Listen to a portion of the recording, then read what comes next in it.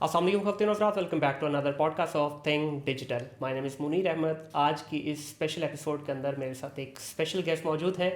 आजकल इनकी फैमिली को लेके मीडिया के अंदर काफ़ी सारी क्यासाइयाँ की जा रही हैं। कुछ जो चीज़ें ऐसी थी जो मंजर आम पे आ भी गई इस फैमिली को लेके, कुछ अभी भी हिडन है। कुछ थोड़ा बहुत उसके ऊपर बात करने की कोशिश करेंगे, लेकिन इनके साथ जो आज मेरी मेन डिस्कशन होगी वो इनके करियर के बारे में, इनके प्रोफेशन के बारे में और ओवरऑल इनकी लाइफ कैसी चल रही है उसके बारे में। मैं बात कर रहा हूँ जनाब फरा इकरार साहब की, इकरारुल हसन की सेकंड वाइफ के बारे में। तो सुन के आप लोगों को थोड़ा सा हुआ तो अच्छा जी, आज सेकंड वाइफ भी फाइनली जो है वो आ रही है मीडिया के ऊपर कुछ बात करने के लिए। लेकिन बेफिक्र है, कोई किसी किस्म का मसाला नहीं मिलने वाला इस पॉडकास्ट में आपको, क्योंकि मसाले वाली पॉडकास्ट में करता नहीं हूँ। जेन्युइन कंटेंट के ऊपर बात करने की कोशिश करेंगे। अस्सलाम वालेकुम फरा, कैसी हैं आप? ठीक ठाक हैं? वालेकुम अस्सलाम, मैं बिल्कुल ठीक। आप सबसे पहले तो जी आपका बहुत शुक्रिया। मेरा ख्याल है ये कोई 6 महीने पहले हमारी पॉडकास्ट हुई थी कमिट। जी बिल्कुल। कुछ सिलसिला ऐसा होता है कि मैं ट्रैवल बहुत ज़्यादा कर रही होती क्या हूँ। वजह इतनी ज़्यादा ट्रैवलिंग की? एक तो कुछ शौक है और फिर कुछ काम होते हैं और कुछ थोड़ी सी एक्सटेंडेड फैमिली भी इधर उधर है, तो फिर जहाँ ठीक है। जाना होता है काफ़ी दिन वहाँ गुजर तो जाते इट्स अ हैं। मिक्सचर ऑफ एवरीथिंग, प्रोफेशनल भी आ गया, जी। पर्सनल भी आ गया, फिर जी। एक्सटेंडेड फैमिली भी आ पैशन गया। भी आ गया क्योंकि पाकिस्तान से बाहर, पाकिस्तान में मुझे घूमने का बहुत शौक है, तो खूबसूरत अच्छी जगह और अच्छा, एक टाइम के बाद ये पैशन थोड़ा सा ज़रा ढीला नहीं पड़ जाता बंदा कि यार बहुत हो गया, बहुत घूम लिया, सारी जगह अब एक ही जैसी लगती हैं तो थोड़ा नहीं, कम हो ऐसा जाए? बिल्कुल भी नहीं है। मैं बहुत छोटी थी और उस वक्त से मुझे ये था कि मैंने दुनिया घूमनी है। ठीक ये है। आज की बात नहीं है। अच्छा, और तब ना सोशल मीडिया का ज़माना था, ना टेलीविज़न पे उस तरह से दिखाया जाता था, और मैं एक छोटा सा बच्चा थी। वो मेरे जहन में था कि दुनिया बहुत खूबसूरत है, उसको सही। देखना है, उसको एक्सप्लोर करना है, मुख्तलिफ कल्चर्स देखने हैं। तो वो तब पैसे नहीं होते थे। जब थोड़ा बड़े हुए तब भी थोड़े पैसे नहीं होते थे। फिर जब पैसे आने लगे तो मैंने बाकायदा आई गेस 2012 से अपना ट्रैवल का आगाज़ किया, और अभी काफ़ी सारे मुल्क मैंने घूमे हैं, लेकिन बहुत सारे और मतलब सैकड़ों मुल्क अभी भी ये तो आपने बाकी बड़ा ज़बरदस्त टॉपिक जो है ना स्टार्ट में छेड़ दिया। मुझे ये बताइएगा कि अभी तक फरा इकरार कितने मुल्क घूम चुकी हैं? मेरा ख्याल है कोई 30+ घूमे हैं मैंने 30 मुल्क। प्लस? जी, और अभी तक ये पैशन जारी है? क्योंकि 200 से ज़्यादा ममालिक हैं इस दुनिया में, और मेरा यही शौक़ है, एक वाहिद यही शौक़ है कि मुझे तकरीबन सारे मुल्कों में जाना है। क्या बात अपनी है, क्या ज़िंदगी बात में है। अल्लाह मौका दे। इंशाल्लाह जी, इंशाल्लाह ज़रूर। और आप जिस प्रोफेशन से हैं इसमें तो मौका मिलता भी है, ठीक है, और काम भी हो जाता है, साथ में तफरीह भी हो नहीं जाती है। मिलता। विद इन पाकिस्तान तो हम ट्रैवल करते हैं, जिस तरह के मैं शोज़ किया करती थी वो जगह तो मैंने बहुत देख रखी, एक्सप्लोर ख़ुद भी किया, लेकिन पाकिस्तान से बाहर उस तरह काम के लिए नहीं जा पाते। हाँ, कुछ चैरिटी इवेंट्स होते हैं जो चाह रहे होते हैं कि वहाँ पर जाएं, फंड रेजिंग का हम भी हिस्सा बने, तो उसमें कुछ थोड़ा बहुत मौका मिलता है। ठीक है, आगे जाकर ना इसको ज़रा डिटेल में हम डिस्कस भी करेंगे, Sure. क्योंकि यहाँ पाकिस्तान में तो लोगों को गुजरांवाले तक जाने में 2-2 साल लग जाते हैं और आपने 30 ममालिक घूम लिए। ठीक है, आगे जाके इसको डिटेल में ज़रा डिस्कस करेंगे। जी। अगर मैं जानना चाहूँ कि फरा के बचपन से शुरू किया जाए, ठीक है, बचपन कहाँ गुजरा, कहाँ पैदा हुई, फिर उसके बाद थोड़ा एजुकेशन का बताइएगा। बिल्कुल ठीक है। अच्छा, ये वाला जो सवाल है ना कि कहाँ पैदा हुई, आज तक शायद किसी ने नहीं पूछा। अच्छा। लोग वो शादी वाले सवाल पे पहले आते हैं, वही आपकी बात मसाला मिलता है। अब वहदत कॉलोनी एक जगह है लाहौर जो में? सिविल सर्वेंट्स की रिहाइश का है। मेरी वालदा सरकारी नौकरी किया करती थी उस ठीक है। ज़माने में, मामू और खाला भी। तो मैं वहदत कॉलोनी के एक घर में पैदा हुई थी। सही। और अर्ली स्कूलिंग भी मेरी आसपास के स्कूल्स में हुई। मुझे याद है कि टॉट नर्सरी होती थी जिसको प्री नर्सरी या प्ले ग्रुप कहा जाता है, तो वहाँ लिटिल स्कॉलर्स के नाम से, ठीक है। वहाँ से मैंने एजुकेशन शुरू की। बल्कि उससे पहले भी एक छोटी नर्सरी में, चूँकि अम्मी जॉब करती थी, अब्बू भी जॉब करते थे, तो मुझे उन्होंने कहा कि इस बच्चे को स्कूल भेज दें। तो वहाँ मैंने बेसिक एजुकेशन अपनी ABCD 1 2 3 अलिफ पे सीखी, और मैं 3.5 साल की उम्र में पहली क्लास में चली गई थी। क्योंकि जब उन्होंने टेस्ट किया, जो टेस्ट लिया उसमें ऐसा था कि वो नर्सरी वाला तो सब मैंने उससे सीख लिया था, सही। तो मैं डायरेक्ट 1 में चली गई। तो मैं अपनी क्लासमेट्स जो थे उनसे उम्र में तकरीबन शायद 2 से 3 साल छोटी थी, तो वो इस तरह से स्कूलिंग का आगाज़ हुआ। अच्छा, इसी पे एक सवाल पूछ लेता हूँ। आज जब आप माशाल्लाह बड़ी हो गई हैं, पीछे जब मुड़ के देखती बड़ी हो गई। हाँ माशाल्लाह, नहीं वो उस एज पे नहीं जाना वरना फिर एग्जैक्ट बतानी पड़ जाएगी। अगर मैं आपसे ये पूछूं कि आज की डेट में क्या आपको लगता है कि ये बहुत अर्ली, जो पेरेंट्स आजकल एक फैशन भी चला हुआ है, और अगर ज़्यादातर पेरेंट्स से पूछा जाए कि अर्ली एज में बच्चों को क्यों भेजते हैं, तो कॉमनली एक ही आपको आंसर मिलता है कि घर में तंग बड़ा करते हैं बच्चे। तो क्या आपको लगता है कि 3 साल 4 साल की एज में हमें बच्चे को वाकई स्कूल भेज देना चाहिए? क्योंकि मेरी थोड़ी सी उल्टी, मैं कहता हूँ कि कम से कम जो इस्लामी पॉइंट ऑफ व्यू से भी 5 साल तक तो बच्चे को ब्रीथ देना, क्योंकि हमारे यहाँ जो स्कूलिंग का सिस्टम है, बच्चे का वेट वेट होता है 6 kg, उसके बैग का वेट है 8 से 10 kg, तो ये ज़्यादती है। मैं आपकी बात से बिल्कुल अग्री करूँगी। जैसे सर्कमस्टांसिस मेरी फैमिली के थे और लोगों के भी होते हैं जहाँ पर पेरेंट्स जॉब कर रहे हैं, तो वो चाहते हैं कि बच्चे को किसी एक्टिविटी में लगा दिया जाए, लेकिन उसको किताबों के बोझ तले मत दबाएं। स्मार्ट स्कूलिंग भी हो सकती है, जिस तरह से ये मैं आपको बता रही हूँ, अभी बड़े अच्छे ये प्ले ग्रुप्स आ गए हैं, कुछ कैंप्स चल रहे हैं जिसमें खेल खेल में बच्चों को सिखाया जाता है। Trust me, all money making model है। अच्छा? मैंने अभी डाला है, अभी एक नया एजुकेशन सिस्टम थोड़ा सा पाकिस्तान में बूम ले रहा है, स्टेम एजुकेशन। मैंने कुछ ठीक सुन है, रखा है। हाँ वो मतलब मैं बड़ा फैसिनेट हुआ, मैंने कहा यार बाहर से आया था, मैंने वहाँ पे ये चीज़ें देखी हुई थी, मैंने कहा स्टेम में डालते हैं बच्चे को। 2 बच्चे दूसरे में, एक को स्टेम में डाला, और स्टेम में डाल के भी उसका बैग भी वही है। मैं चला गया स्कूल, मैंने कहा जी इसका बैग तो दूसरे बच्चों से भी भारी है। उसने बड़ी प्यारी एक बात की एडमिन, उसने कहा सर हमने बड़ी कोशिश की थी, आप पहले पेरेंट हैं जो हमारे पास इस कंप्लेंट के साथ आए हैं कि बच्चे का बैग इतना भारी क्यों है। कहते पहले हमने जब किताबें हमने स्कूल में रखना शुरू कर दी, बच्चे का बैग घर खाली जा रहा था, तो कहते बच्चे को पढ़ाते क्या, किताबें तो है नहीं इसकी। तो यहाँ मेंटालिटी उल्टी है ना। अच्छा, और मैं आपको एक चीज़ बताऊं, मैंने जो आपने बात की कि इस्लाम भी ये कहता है कि बच्चे को 5 साल की उम्र के बाद स्कूल भेजा जाए या उसे सिखाया जाए, उसकी एक साइंटिफिक रीज़न भी है। अब जो कुछ इस्लाम ने कहा है, साइंस उसको प्रूव करती चली जाए, तो ये मेरा बड़ा फेवरेट टॉपिक है। बच्चे का ब्रेन मुकम्मल होता है 6 साल की उम्र में। उससे पहले वो एक ऑब्जर्वर है, आप उसके सामने जो कर रहे हैं, यानी आप कलर्स के नाम ले रहे हैं वो पिक कर लेगा, आप जो हरकतें कर रहे हैं, जो हम कहते हैं ना कि बुनियाद बच्चे की बन रही होती है, वो पेरेंट्स को देखेगा, बहन भाइयों को देखेगा, फैमिली को देखेगा, वो सीखेगा, वो ऑब्जर्व करके सीखेगा। आप ज़बरदस्ती उसके जहन में डालने की कोशिश करेंगे क्योंकि ब्रेन डेवलप ही नहीं है, वो क्या सीखेगा। फिर उसको माएँ मारती हैं या टीचर्स मारते हैं, उस पर गुस्सा करते हैं। तो खुदारा देखने वालों को मैं कहूँ, बच्चों पे ये जुल्म ना करें, 5 साल की उम्र के बाद ही उनको पढ़ाएं, फिर सारी ज़िंदगी पढ़ना ही है। और एक बड़ा इंपॉर्टेंट ना, ये छोटा सा एक पॉइंट है, देखें बीइंग फादर या मदर, आपका एक बच्चा है ना, 2 बच्चे हैं, 3 होंगे, 4 होंगे जी, आप 4 बच्चों को हैंडल नहीं कर सकते। And how come you expect कि वहाँ 30 बच्चों को एक टीचर या उसके साथ एक असिस्टेंट वो उसको हैंडल कर लेंगे। तो बच्चों को इस ज्यादती की वजह से मत भेजें कि जी घर में तंग करते हैं तो वहाँ पे मैनेज हो और जाएंगे। फिर एक बहुत बड़ा खला जो मुझे हमारे एजुकेशन सिस्टम में लगता है, मैंने खुद भी पढ़ा है और बाद की नस्लें हैं, मुझे छोटे बहन भाई हैं, फिर कज़न्स हैं, फिर अभी जो मेरे टीम में बच्चे काम करते हैं वो अर्ली 20s में होंगे, तो सबको मैंने देखा है, एक कोर्स है, एक टीचर है, पढ़ाने का एक अंदाज है, एप्टीट्यूड कोई नहीं देखता। अब वो बच्चे के मैथ समझ नहीं आ रही, भाई नहीं समझ आ रही, वो आर्टिस्ट हो सकता है, वो राइटर हो सकता है, उसको ज़बरदस्ती हमने मैथ्स पढ़ाना है। मुझे मैथ्स की कक समझ नहीं आती थी, मार्क्स अच्छे आ गए वो अलग बात है, लेकिन मुझे आज तक समझ नहीं आई। मुझे अरबी बहुत मुश्किल लगा करती थी, फिर वो जो हमें इस्लामियात में गर्दानें पढ़ाई जाती थी, मुझे नहीं समझ आती हैं। आप सबसे पहले इंटरेस्ट तो जान लें, मुझे जब हम माशरती उलूम पढ़ा करते थे ना, मुझे डेट्स ईयर्स याद नहीं रहते थे, यानी मैथ से मेरी कोई अच्छी दोस्ती नहीं थी। सही, लेकिन बहरहाल वो ज़रूरी था। अब तो बदल जाए हमें, अब तो एजुकेशन कंप्लीट किए 20 साल से भी कहीं ज़्यादा हो गए होंगे। बिल्कुल बिल्कुल ऐसे। उसके बाद फिर आगे स्कूलिंग के बाद आगे कॉलेज, मेरी अर्ली स्कूलिंग यहाँ से हुई। फिर चूँकि मैं बहुत सारी जगहों बता चुकी हूँ कि मेरे पेरेंट्स साथ नहीं रहते थे, सेपरेशन थी, फिर बाद में डिवोर्स हो गई, तो कुछ अर्सा हम वालिद साहब के पास भी रहे। 8th के बाद मेरी एजुकेशन जो है FG बोर्ड से थी। हम एक वाह कैंट एरिया है वहाँ और टेक्सला, वहाँ पर रहे, जो कि पिंडी बोर्ड के अंडर और FG बोर्ड के अंडर, फेडरल के अंडर आता है। और टफ है वो सबसे, वो बहुत टफ है, उसमें नंबर भी कम आते हैं। तो वहाँ से मैंने मैट्रिक किया, फिर मेरा इंटर भी वहीं से है। फिर 3rd ईयर के बाद मैं लाहौर आई, तो यहाँ गवर्नमेंट इस्लामिया कॉलेज है कूपर रोड पर, वहाँ मैं चंद महीने पढ़ी, ग्रेजुएशन वहाँ से हुई। फिर मैंने मास्टर्स किया पंजाब यूनिवर्सिटी से। पढ़ाई के साथ साथ मैं कुछ काम और जॉब भी करती रही फॉर शॉर्टर टाइम, बहुत छोटी उम्र से, चूँकि माँ ने ज़्यादा वक्त मुझे सिंगल पेरेंट के तौर पर पाला, मेरे बाकी बहन भाइयों को भी, तो वो मुझे लगता था कि सारा बोझ वालदा पर नहीं डालना, कुछ खुद भी एफर्ट कर लो, कोई हाथ पाँव हिलाओ और माँ का साथ दो। तो ऐसे गुजरी। पहली जॉब याद है? ऐसा जॉब नहीं थी, ट्यूशन जो भी मैंने मतलब पहला जो अपने कदम प्रोफेशनल लाइफ में रखा। जी, वो मैं 8th या 9th क्लास में थी, तो अपने से छोटी क्लास के बच्चों को पढ़ाती थी, वो मुझे याद है। क्या पहली अर्निंग थी?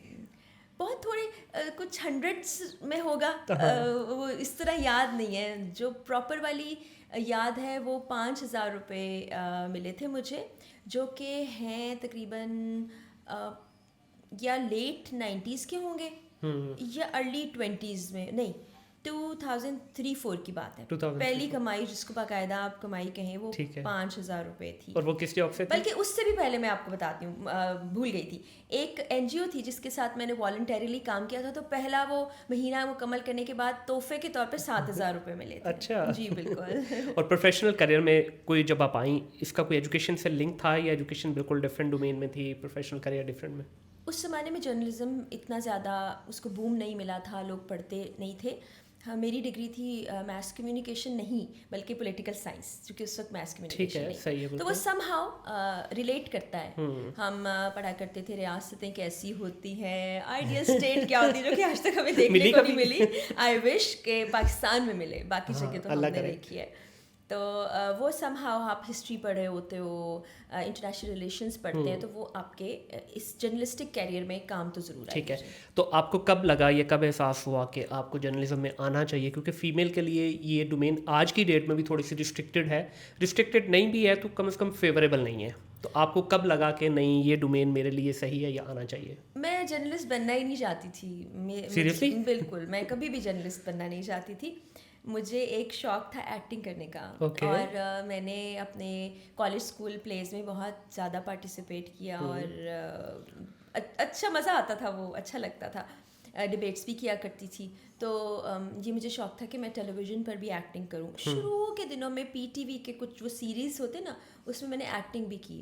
अच्छा। अब वो शायद मिलेंगे कहीं नहीं, या शायद मिल भी जाएं, तो वो बहुत मुश्किल काम था। और फिर मेरी खाला जान है, अल्लाह ताला उन्हें जन्नत नसीब करे, उनको अच्छा नहीं लगता था, तो मैं फैमिली के किसी भी फ़र्द को नाराज़ नहीं करना चाहती थी। मैं सब मुझे बहुत प्यार करते, तो मैं नहीं चाहती थी कि उनकी मर्ज़ी के ख़िलाफ़ कुछ हो। तो फिर होस्टिंग की तरफ आई, लाइव शोज़ होस्ट किए। मेरी एक दोस्त थी, वो ऑडिशन देने जा रही थी पाकिस्तान टेलीविज़न। ठीक है। और ये वही 2003-4 की बात है। तो उसने मुझे कहा तुम साथ चली जाओ। मैंने कहा मुझे नहीं जाना है। तो उसने एक वैसे ही कहा कंपनी के लिए साथ चली। जब वहाँ मैं मौजूद थी तो प्रोड्यूसर ने एक पेपर मुझे भी दे दिया कि आप ये पढ़ लें। मैंने कहा मुझे ऑडिशन नहीं देना। उन्होंने कहा दे दें, क्या फ़र्क पड़ता है। अच्छा, मेरी मेमोरी अच्छी थी क्योंकि मैंने बताया डिबेट्स किया करती थी और कॉलेज प्ले में, स्कूल प्ले में वो मैंने पढ़ा, याद हो गया। उर्दू भी समहाउ टीचर्स ने सिखाया था, तो कुछ ऐसी मुनासिब थी। तो वो जब मैंने पढ़ा, बातचीत की, कुछ सवालात उन्होंने कहा कर लें, वो भी कर लिए। तो अगले दिन कॉल आ गई कि आपने ऑडिशन पास कर लिया। और वो दोस्त पास नहीं हुई। अच्छा। और वो मुझसे नाराज़ भी हो गई। तो वो मैंने काफ़ी पॉडकास्ट में उनसे माजरत भी की है फिर से कि मेरा कोई उसमें रोल नहीं था, वो उन्हें बेहतर लगा। सही। तो फिर बस वहाँ से करियर का आगाज़ हुआ। तो आपका प्रोफेशनल प्रॉपर करियर वहाँ से हुआ या उससे पहले भी कुछ लेफ्ट राइट पे? वो मैंने बताया कि बहुत छोटी उम्र से मैंने थोड़ा बहुत काम शुरू कर दिया था। ये जैसे कमर्शियल्स बनते हैं अपनी स्टूडेंट लाइफ में, मैं उसमें एज एसोसिएट काम भी करती रही हूँ, कोऑर्डिनेटर भी मैंने काम किया। लेकिन प्रॉपर पहली जॉब यही थी आपकी? पहली जॉब नहीं थी, ये भी फ्रीलांस था। पहली जॉब मेरी 2008 के बाद दुनिया न्यूज़ में हुई थी। लेकिन उस वक्त तो जिस टाइम की आप बात करें उस वक्त तो पीटीवी प्रॉपर ऑनबोर्ड किया करता था रिसोर्सेज को, फ्रीलांस उस वक्त भी चलता था? जी, फ्रीलांस हुआ करता था। उस ज़माने में भी फ्रीलांस एंकर्स को लिया करते थे। जैसे स्पेशल इवेंट्स होते थे 14 अगस्त का, 6 सितंबर का, ईद शोज़, वो मैंने बहुत होस्ट किए। वो लाइव नाइट टाइम ट्रांसमिशन जो थी, नूरुल हसन भाई हैं हमारे बड़े प्यारे, वो तो बचपन से उनको देखते आ रहे हैं, वो स्पेशल वही वाली होस्टिंग अभी तक भी उनकी चल रही है। हमारा भी बचपन था जब मौका मिल गया अपने सीनियर से काम करने का। वो बड़ी प्यारी शख्सियत है और बहुत प्यार करने वाले, बहुत समझाने और सिखाने वाले। तो वहाँ मैंने पहली मरतबा उनके साथ भी काम किया। फिर इस तरह जब ये शुरू किया तो कुछ प्राइवेट चैनल्स हुआ करते थे, उस पर भी मैंने म्यूज़िक के प्रोग्राम्स को भी होस्ट किया। उस वक्त के बड़े बड़े नामी गिरामी जो सिंगर्स थे उनसे मिलने का, इंटरव्यू करने का मौका मिला मुझे। फिर 2008 के बाद, 2008 और 9 के दरमियान की बात है, जब दुनिया न्यूज़ को लॉन्च होना था, तो उसमें मुझे एज अ होस्ट उन्होंने प्रॉपर जो जॉब होती है हायर कर लिया। लेकिन वो उस वक्त फिर न्यूज़ पे ज़रा ज़्यादा फोकस हो चुका था, न्यूज़ क्लास में मुझे डाल दिया। और वो अच्छा, इससे पहले कि आप ये दुनिया वाला जो है पूरा अपना जर्नी बताएं, जब आप डेफिनेटली मेल को भी आता है ये इशू, फीमेल को तो बहुत ज़्यादा ही आता है कि जब आप टीवी पे अपीयरेंस या किसी भी सोशल मीडिया पे अपीयरेंस के लिए आते हैं तो सबसे पहले आपके जो करीबी दोस्त होते हैं, फैमिली मेम्बर्स होते हैं, उनकी तरफ से बहुत ज़्यादा बैकलैश आता है। तो क्योंकि आपने खुद कहा कि आपकी खाला जो है थोड़ी सी ज़रा नाराज़ थी इस बात पर कि आप टीवी पे आए, तो फैमिली का पहला रिएक्शन क्या था जब आपने पहला स्क्रीन जो है ना आपका ऑन एयर हुआ? तो कुछ आई फैमिली की तरफ से गिफ्ट के? नहीं, ऐसा कुछ नहीं हुआ था। खाला को एक्टिंग पे एतराज़ था क्योंकि हमारे सोसाइटी में जो एक टैबू है कि उसको अच्छा नहीं समझा जाता एक्टिंग करने को, बड़े बुरे बुरे नामों से पुकारा जाता है, वो उनके भी जहन में था। लेकिन जब मैंने एंकरिंग और होस्टिंग शुरू की तो वो उनको अच्छा लगता था, बाकी फैमिली को भी अच्छा लगता था। तो सपोर्ट थी मतलब फैमिली की? थी। वालदा ने भी एक दफ़ा तो जाके देखा था कि माहौल कैसा है, सब पढ़े लिखे अच्छे लोग जैसे आप लोग हैं सब, तो उन्हें समझ आ गई कि ऐसा नहीं है जैसा पोर्ट्रे किया जाता है। तो वो उसके बाद फिर सपोर्ट ही थी। सही। उसके बाद दुनिया में आपका सफ़र जो स्टार्ट हुआ? दुनिया में आगाज़ हुआ, फिर हमने ट्रेनिंग सेशन सारे किए, फिर मैंने न्यूज़ शुरू की, फिर मुझे बड़ा न्यूज़ में मज़ा आया क्योंकि एक डिफरेंट चीज़ थी, फिर वो अच्छा लगने लगा। फिर मैंने सोचा कि हाँ अब मैंने इसको अपना करियर बनाना है। ठीक है, अच्छा वो पॉइंट था जहाँ पे रियलाइज हुआ कि हाँ अब मज़ा आएगा 2009 में। जी अच्छा, इसमें ना थोड़ा सा मुझे ये बताइएगा कि आज भी सुनने में यही आता है, कुछ ऑब्जर्व भी हमने किया है कि कोई प्रॉपर फॉर्मल जो एक ट्रेनिंग का प्रोसेस होता है, आपको एक गाइड किया जाता है प्रॉपर कि हाँ ये एक रोड मैप है जिसके तहत आपने जाना है, आपको प्रॉपर नर्चर किया जाता है कि आपकी बॉडी लैंग्वेज कैसी होनी चाहिए, ड्रेसिंग किस तरह होनी चाहिए, आपका अल्फाज का चुनाव कैसा होना चाहिए। तो इसके ऊपर आज भी आपको बहुत ज़्यादा पाकिस्तान के अंदर अकेडमीज़ मौजूद नहीं है, ना कोई ट्रेनिंग सेंटर्स हैं। ये इंस्टीट्यूशन अपनी मदद आपके तहत ही आपको ऑन बोर्ड करते हैं, उसके बाद थोड़ी बहुत ट्रेनिंग दे दी। तो ये आपको लगता है कि एक गैप है हमारे हमसाया मालिक के अंदर देखा जाए तो? प्रॉपर एक्टिंग हो गई, आपकी न्यूज़ एंकरिंग हो गई, इसके ऊपर एजेंसीज बनी हुई हैं, कॉलेजेस हैं, यूनिवर्सिटीज़ हैं जो इसके ऊपर प्रॉपर डिग्री दे रही हैं। हमारे यहाँ आज भी जो दे भी रहे हैं डिग्री, वो भी कोई इतनी खास वो नहीं है उसके अंदर। जो हमारी पंजाब यूनिवर्सिटी का मैस कम्युनिकेशन डिपार्टमेंट है, उनका अपना रेडियो भी है, टेलीविज़न भी है, जो बच्चे वहाँ से पढ़ के आते हैं उनको सिखाया जाता है। और आई थिंक इकरा यूनिवर्सिटी है, एक तो और यूनिवर्सिटीज़ हैं जो कराची में भी हैं, लाहौर में भी हैं, वर्चुअल यूनिवर्सिटी है, वहाँ पर बाकायदा स्टूडियोज़ भी बनाए गए हैं, बच्चों को ट्रेनिंग भी दी जाती है। लेकिन मुझे लगता है कि उससे ज़्यादा जब आप प्रैक्टिकल लाइफ में आ जाते हैं तो आप ज़्यादा सीखते हैं। दुनिया न्यूज़ ने हमें ट्रेनिंग करवाई थी, सही, फॉरेनर्स आए थे, वो हमें बताते थे, सिखाते थे कि बॉडी लैंग्वेज क्या होगी, आपने पढ़ना कैसे। लेकिन वही बात है कि जब तक आप प्रैक्टिकली जाके उस डेस्क के ऊपर नहीं बैठते, खबरें पढ़ना नहीं शुरू करते, लाइफ का प्रेशर नहीं आता, ब्रेकिंग न्यूज़ आप हैंडल नहीं करते, सवाल करने नहीं आते, आप नहीं सीखते। बिल्कुल सही। आप यकीन जाने शुरू में जब एक के बाद पहला सवाल तो ये होता है जी क्या तफसीलात हैं आपके पास, उसके बाद दिल में ये सोच रहे थे अगला सवाल क्या करना है, फिर वो वक्त के साथ सीखा है। मतलब जाहिर है इतने साल लगाने के बाद फिर आप चीज़ें सीखते हैं। वो तो ऐसे ही है। तो अच्छा, एक और बड़ा जो है ना इंटरेस्टिंग सा लोगों को लगता है कि न्यूज़ पढ़ने वाला इतनी ज़्यादा चीज़ें याद करता है, हालांकि टेलीप्रॉम्प्टर होता है। थोड़ा सा इसके बारे में भी बताइएगा कि ये मिस्ट्री है क्या? सारा दिन बैठ के खबरें पढ़ रहे हैं, इतना याद तो नहीं रह सकता। तो ये ज़रा बता भी दीजिए हमारे सुनने वाले चंद भोले हमारे व्यूअर्स को कि ये होता क्या, कहाँ से देख के आप लोग पढ़ते हैं या याद करते हैं? आपके सवाल से ना मुझे एक चीज़ याद आ गई। एयरपोर्ट पर एक खातून मिली, बड़ा प्यार किया उन्होंने, बड़ा पसंद करती थी मेरी न्यूज़ को। तो कहती बेटा रात को तुम्हारे पास वो पर्चे पहुंच जाते हैं जो तुम खबरों में पढ़ती हो। मुझे उनकी बात सुनिए तो बहुत हंसी है, बड़ी प्यारी आंटी थी। फिर मैंने उनको बताया कि कैमरे के पीछे ना एक टेलीप्रॉम्प्टर लगा होता है स्क्रीन की तरह, उस पर वो उर्दू आ रही होती है, पाँव के नीचे आपके या हाथ के नीचे एक आला होता है जिससे आप उसको ऑपरेट कर सकें, अपनी पेस पे पढ़ सकें। तो मैंने कहा ब्रेकिंग में हम खुद से इनोवेट करते हैं चीज़ें, लेकिन ख़बरें जो हैं वो इस तरह से आती हैं। मगर इसमें भी एक टेक्निकल ग्लिच आपको बताती हूँ। बाज़ औक़ात आपका टेलीप्रॉम्प्टर चलते चलते बंद हो जाता है। हाँ जी। आपके पास पेपर पर भी वो चीज़ नहीं आई होती है। एट टाइम्स ज़रा होता है, सुस्ती हो जाती है, आप पेपर्स नहीं कलेक्ट कर पाते। तो अगर आपको न्यूज़ का नहीं पता तो आप कुछ नहीं बता पाएंगे, आप खामोश हो जाएंगे। तो उसके लिए आपके सामने एक मॉनिटर होता है। और बहुत बार ऐसा हुआ कि ना प्रॉम्प्टर चल रहा था, ना ही सामने रखा लैपटॉप चल रहा था, ना ही पेपर्स थे। तो सामने मॉनिटर को देख के जो टिकर्स आ रहे होते हैं उससे खुद से हमने हेडलाइन बनाई और पढ़ी। ये भी किया है। तो अगर कोई नहीं पढ़ता तो फिर उसके लिए उस वक्त सिर्फ खामोश रहना ही होता है। और ये सारा आपकी प्रैक्टिस की वजह से आपकी जो है ना चीज़ें बेहतर होती हैं। शुरू में तो डेफिनेटली बंदा नर्वस होता है। दुनिया न्यूज़ में अब सारा आलम साहब थे, हमारे उस्तादों में से एक हैं, सीनियर जर्नलिस्ट हैं। वो रोज़ाना हमें कम से कम 7 अखबार पढ़ने का टास्क देते थे। और फिर वो पूछते थे कि इस पेपर की हेडलाइन कहाँ कौन सी थी, मिड पेपर में क्या छपा था, बैक साइड पे क्या स्टोरी थी। उससे बड़ी प्रैक्टिस हुई। अभी ये रिवाज मुझे लगता है कम हो गया। अभी तो बल्कि एक जब से ये सोशल मीडिया का दौर आया ना, जिस टाइम की आप बात करें उस वक्त सबसे ज़्यादा जो फोकस किया जाता था अल्फाज के चुनाव पे था। कॉलम्स हम कि आपके जो अदायगी है वो किस तरह है, कितने अच्छे तरीके से आप उर्दू के अल्फाज जो है या इंग्लिश के अल्फाज उनका। अब तो जितना आप तोड़ मरोड़ के उसको पढ़ेंगे, जितना उसके अंदर वो होता है ना स्लैंग लैंग्वेज लेके आएंगे, उतना आप वानाबी स्टाइल यूओ स्टाइल में आएंगे, उतना आप ज़्यादा पॉपुलैरिटी की तरफ जाएंगे। लेकिन मुझे लगता है कि हर पेशे का, हर चीज़ का एक डिकोरम होता है, उसको बरकरार रखना चाहिए। हमें सबसे पहले जो बात पाकिस्तान टेलीविज़न में सिखाई गई थी कि आप अगर उर्दू बोल रहे हैं तो उसमें अंग्रेज़ी की आमेज़िश करने की कोई ज़रूरत नहीं, क्योंकि आपको देखने वाले उर्दू सुनते और समझते हैं। तो हम मेहनत किया करते थे।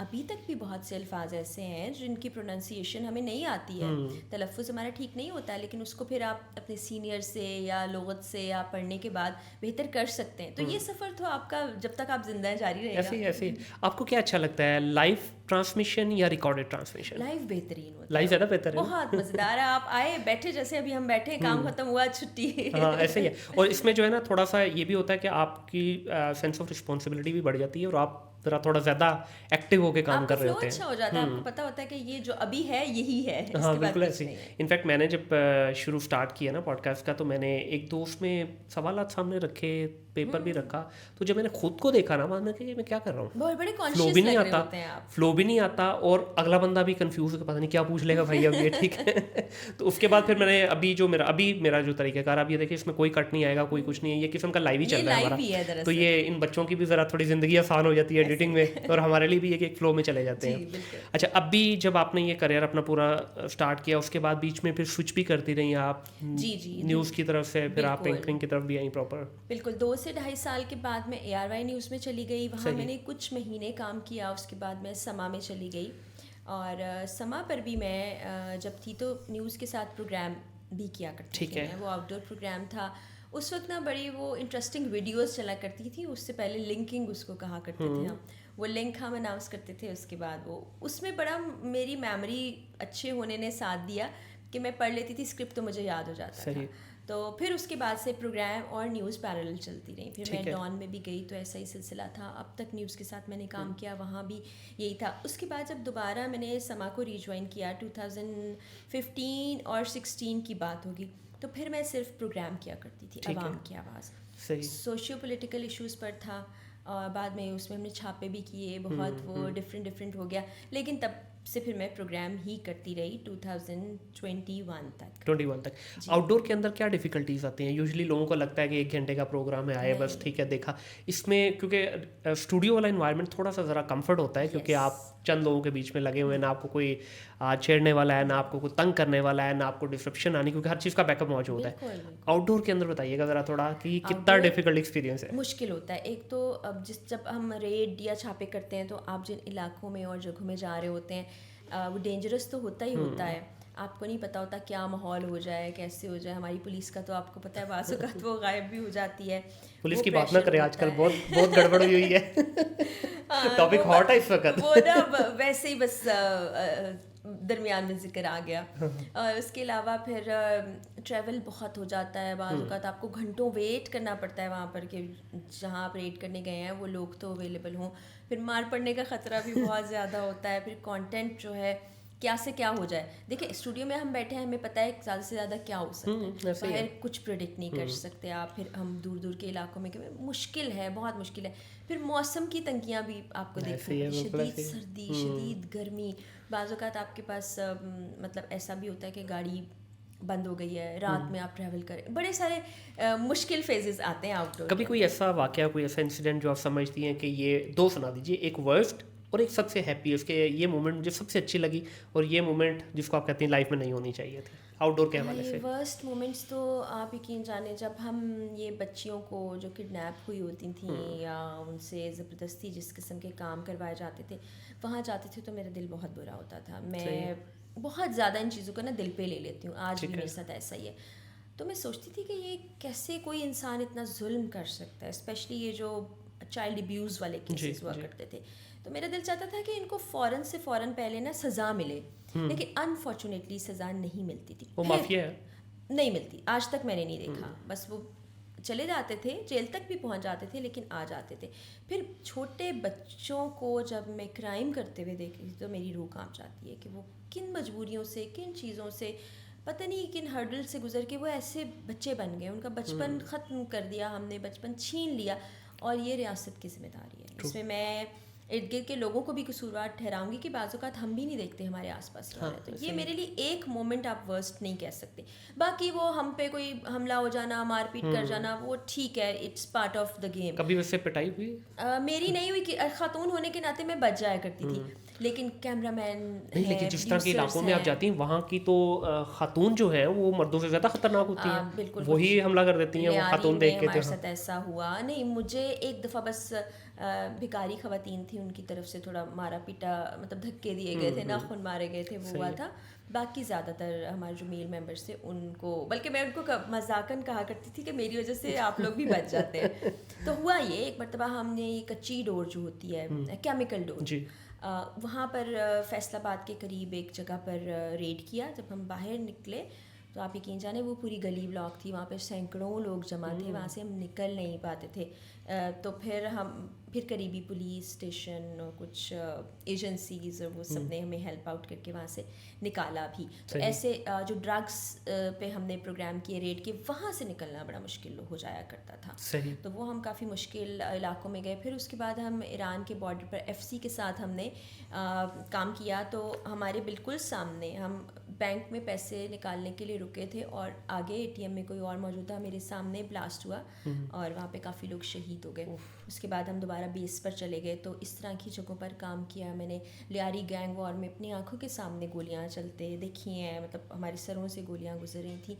तो ये बड़ा टफ़ टास्क होता है। जिन लोगों को ये लगता है कि जर्नलिज़म सिर्फ ये है कि आप अच्छे कपड़े पहनेंगे, अच्छा मेकअप करेंगे, बड़े अच्छे से तैयार होंगे और टेलीविज़न के सामने बैठ जाएंगे, ऐसा नहीं है।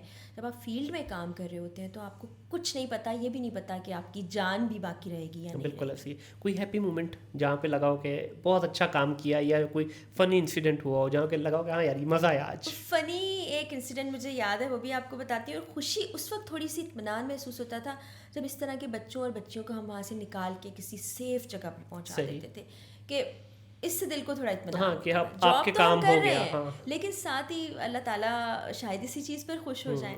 और एक फ़नी मोमेंट ये है कि हम लोग ना सुई गैस के कुछ इलीगल कनेक्शंस थे और कहीं चोरी हो रही थी। हम प्रोग्राम करने के लिए मच्छर कॉलोनी या भैंस कॉलोनी की तरफ थे, मुझे अब ठीक से जगह का नाम याद नहीं। तो हम पूरी टीम साथ होते हैं। तो मुझे ना आवाज़ आ रही थी, उस ज़माने में शाहरुख खान का वो गाना है, वन अभी मैं चमक चलो, आवाज़ आ रही थी, कोई गा रहा है। मैं पीछे मुड़ के देख रही हूँ, इधर उधर देख रही हूँ, कोई नज़र कोई नहीं आ रहा गाने वाला। थोड़ी देर के बाद मैंने थोड़ा सा नीचे देखा तो एक छोटा सा बच्चा मेरे साथ वो गाना गा रहा था। फिर मैंने उससे रोका, पूछा, मैंने कहा मतलब तुम छोटे से हो, ये गाना कहाँ से सीखा? फिर मैंने उससे कहा गा के सुना। फिर उसने मुझे बड़ा डांस करके गा के सुनाया। तो वो एक बड़ी डिफरेंट किस्म का एक्सपीरियंस था। कोई फ़ैन मोमेंट? मैं तो कहूँगी कि ये एक फैमिली की तरह ही है सब लोग। सोशल मीडिया पे जब से मैंने काम शुरू किया उसके बाद कोई दिन ऐसा नहीं गुजरता कि मैं बाहर जाऊँ कहीं खाना खाने, किसी मॉल में मैं ट्रैवल कर रही हूँ या पाकिस्तान से बाहर मौजूद हूँ तो कोई मेरे पास ना आए और कहे कि हम आपके व्लॉग्स देखते हैं। बल्कि इससे देखिए आप सोशल मीडिया कितना पावरफुल है। बिल्कुल। तो वो लोग वहाँ पहचानते हैं, बड़ा प्यार देते हैं। अच्छा, ये वाला तो चले ठीक है, किसी ने आपको पहचान लिया, वो आपके पास आ गया, पिक्चर के लिए बोल दिया या आपको कुछ भी अच्छे कलमात कह दिए, अच्छा लगता है। उस सिचुएशन को कैसे डील करती है कि दो चार लोग आपको पहचानने की कोशिश कर रहे हो, क्या सही आपस में आहिस्ता आहिस्ता ना घुसर पुसर लगे हुए हैं, ये फरा है, ये इस तरह है, ये आपके साथ होता है कभी? होता है ऐसा। और एट टाइम्स में उनको कह देती हूँ जी अस्सलाम वालेकुम, मैं अच्छा, हाँ वो बाज़ औक़ात लोग झिझक रहे होते हैं ना, तो देख रहे होते हैं दूसरे, मैं कहती हूँ जी आ जाए आप पिक्चर बना लें, ये आपको अंदाज़ा हो जाता है। लेकिन बाज़ औक़ात जो दूर से बस सिर्फ दिखाना चाह रहे होते हैं उनको मैं नहीं छेड़ती, क्योंकि ज़ाहिर है वो है। लेकिन कोई ऐसे लग रहा हो पिक्चर बनाना चाहता है तो मैं उसको खुद बोल देती हूँ। प्लेन में बहुत से लोग मिलते हैं ट्रैवल करने के दौरान, और वो एक बड़ा इंटरेस्टिंग सवाल होता है मुझसे। वो ये होता है कि जब कोई मुझे मिलता है और देखता है, कहते हैं आप इतनी दुबली पतली हो गई हैं, आप बताइए कि आपके राज क्या है स्मार्टनेस का, कैसे आपने वज़न कम किया? तो मैं उनको बताती हूँ कि मैं हमेशा से ऐसी ही हूँ, दुबली ही हूँ, लेकिन स्क्रीन पर मैं बहुत हेल्दी आती हूँ। ख़ासतौर पे व्लॉग्स में अगर आप को देखने का इत्तेफाक हुआ हो तो उसमें मैं बहुत मतलब हट्टी कट्टी लग रही होती हूँ। तो ये कैमरे का कमाल है, तो कोई डाइट प्लान नहीं है। अब व्लॉग का ना प्रॉब्लम क्या है, क्योंकि आपके पास लिमिट सिर्फ ये आपका बाजू ही है, क्योंकि आपने यूं करके बनाना होता है। तो वो इतना जूम इन होके आ रहा होता है, लगता है कि वाकई सही है, ये बहुत पंजाब दी जट्टी है, तो ऐसी मोटी ताजी नहीं हूँ, तो वो आप लोग को लगता है सामने देखकर। सही है। अच्छा, छोड़ा क्यों जर्नलिज्म, आपने छोड़ा क्यों? मैंने बिल्कुल भी नहीं छोड़ा। समा ने मुझे छोड़ा। वो जब मैनेजमेंट चेंज हुई, पॉलिसी चेंज हुई, तो उनको शायद लगा कि मैं उनकी पॉलिसी के साथ काम नहीं कर सकूंगी मेरे कुछ काम करने के अंदाज से, तो उन्होंने प्रोग्राम ही ख़त्म कर दिया। और उसके बाद मैंने फिर GNN पे रमज़ान ट्रांसमिशन की। उस दौरान काफ़ी लोगों ने मुझसे कहा भी कि आप आएँ, हमारा चैनल ज्वाइन करें, बहुत से अच्छे चैनल्स हैं लाहौर के। लेकिन मुझे ब्रेक मिला था तो अच्छा लग रहा था, लेकिन हो सकता है कि अभी थोड़े अरसे में मैं रीज्वाइन कर लूँ अगर कोई बहुत ज़्यादा पॉलिसी स्ट्रिक्टनेस ना हो और ये ना कहा जाए कि ये वाली लाइन ले लें, क्योंकि मुझसे वो काम नहीं हो सकता। मैं एक बहुत ही एक सीधे ट्रैक पे और ज़िंदगी के कुछ असूल क़वानीन के तहत ज़िंदगी गुजारती हूँ, तो जहाँ पर मुझे ये प्रेशर लगे कि ये ऐसे करना है, इसको ऐसे, तो वो नहीं हो पाएगा। भाई चैनल वाले सुन लो, कैंडिडेट रेडी है, ठीक है, आप आए और आगे हायर कर लें। वो कुछ लोगों नहीं, बहुत सारे लोगों को, मुझे खुद भी लगा कि जिस तरह आपने शायद छोड़ दिया है, ठीक है, क्योंकि होता है, क्योंकि एक प्रोफेशनल करियर में ब्रेक यूजुअली नहीं ली जाती, अगर ली भी जाए तो बड़ी छोटी सी ब्रेक होती है, तो लगा यही था कि शायद आपने कह दिया। अच्छा, इस पर बल्कि मुझे किसी ने पूछा भी, जब मैंने बताया ना कि इस तरह आपके साथ वो है, तो उन्होंने कहा आपने ये सवाल ज़रूर पूछना है कि क्या इकरार भाई ने तो नहीं मना किया आपको ये मीडिया पे आने से? तो मैंने उनको, मुझे नहीं पता था, मैंने उनको वैसे कहा, मैं कहा भाई वो तो खुद मीडिया का बंदा है, क्यों मना करेंगे वो, तो बल्कि अपने चैनल में क्यों नहीं अब जाती, अभी उन्होंने स्टार्ट किया। नहीं एयरवाई नहीं, जो उनका अपना भी प्रोडक्शन हाउस उन्होंने स्टार्ट किया, जिसपे आजकल फुल धूम मची हुई है शुभ सरकार की। देखिए, वो तो मेरा अपना एक इंडिपेंडेंट चैनल भी है, तो मेरे लिए ज़्यादा बेहतर है कि आप जिस चैनल में आप काम कर रहे हैं, एज अ बॉस इकरार के साथ काम करना बड़ा मुश्किल है। रियली? यस, इकरार is a very strict boss.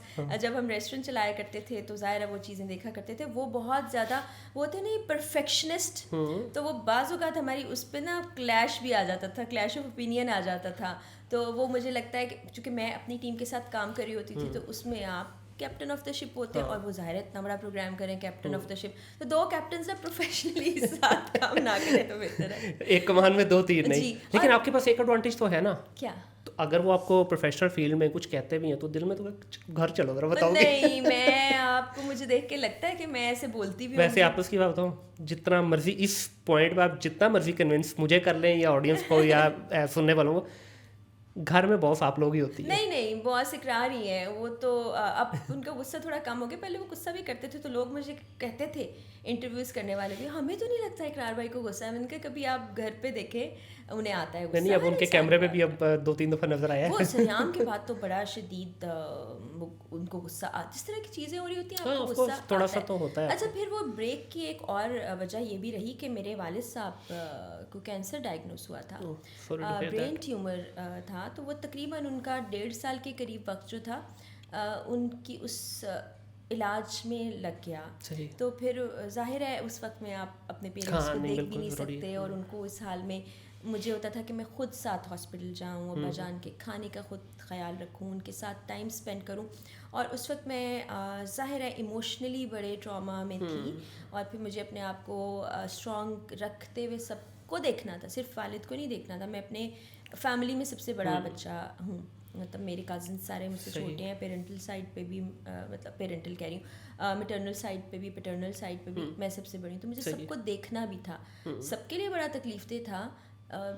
वो वक्त बड़ा मुश्किल था, तो उस दौरान भी मैं कोई काम करने के लिए नर्व्स जमा नहीं कर सकती। सही।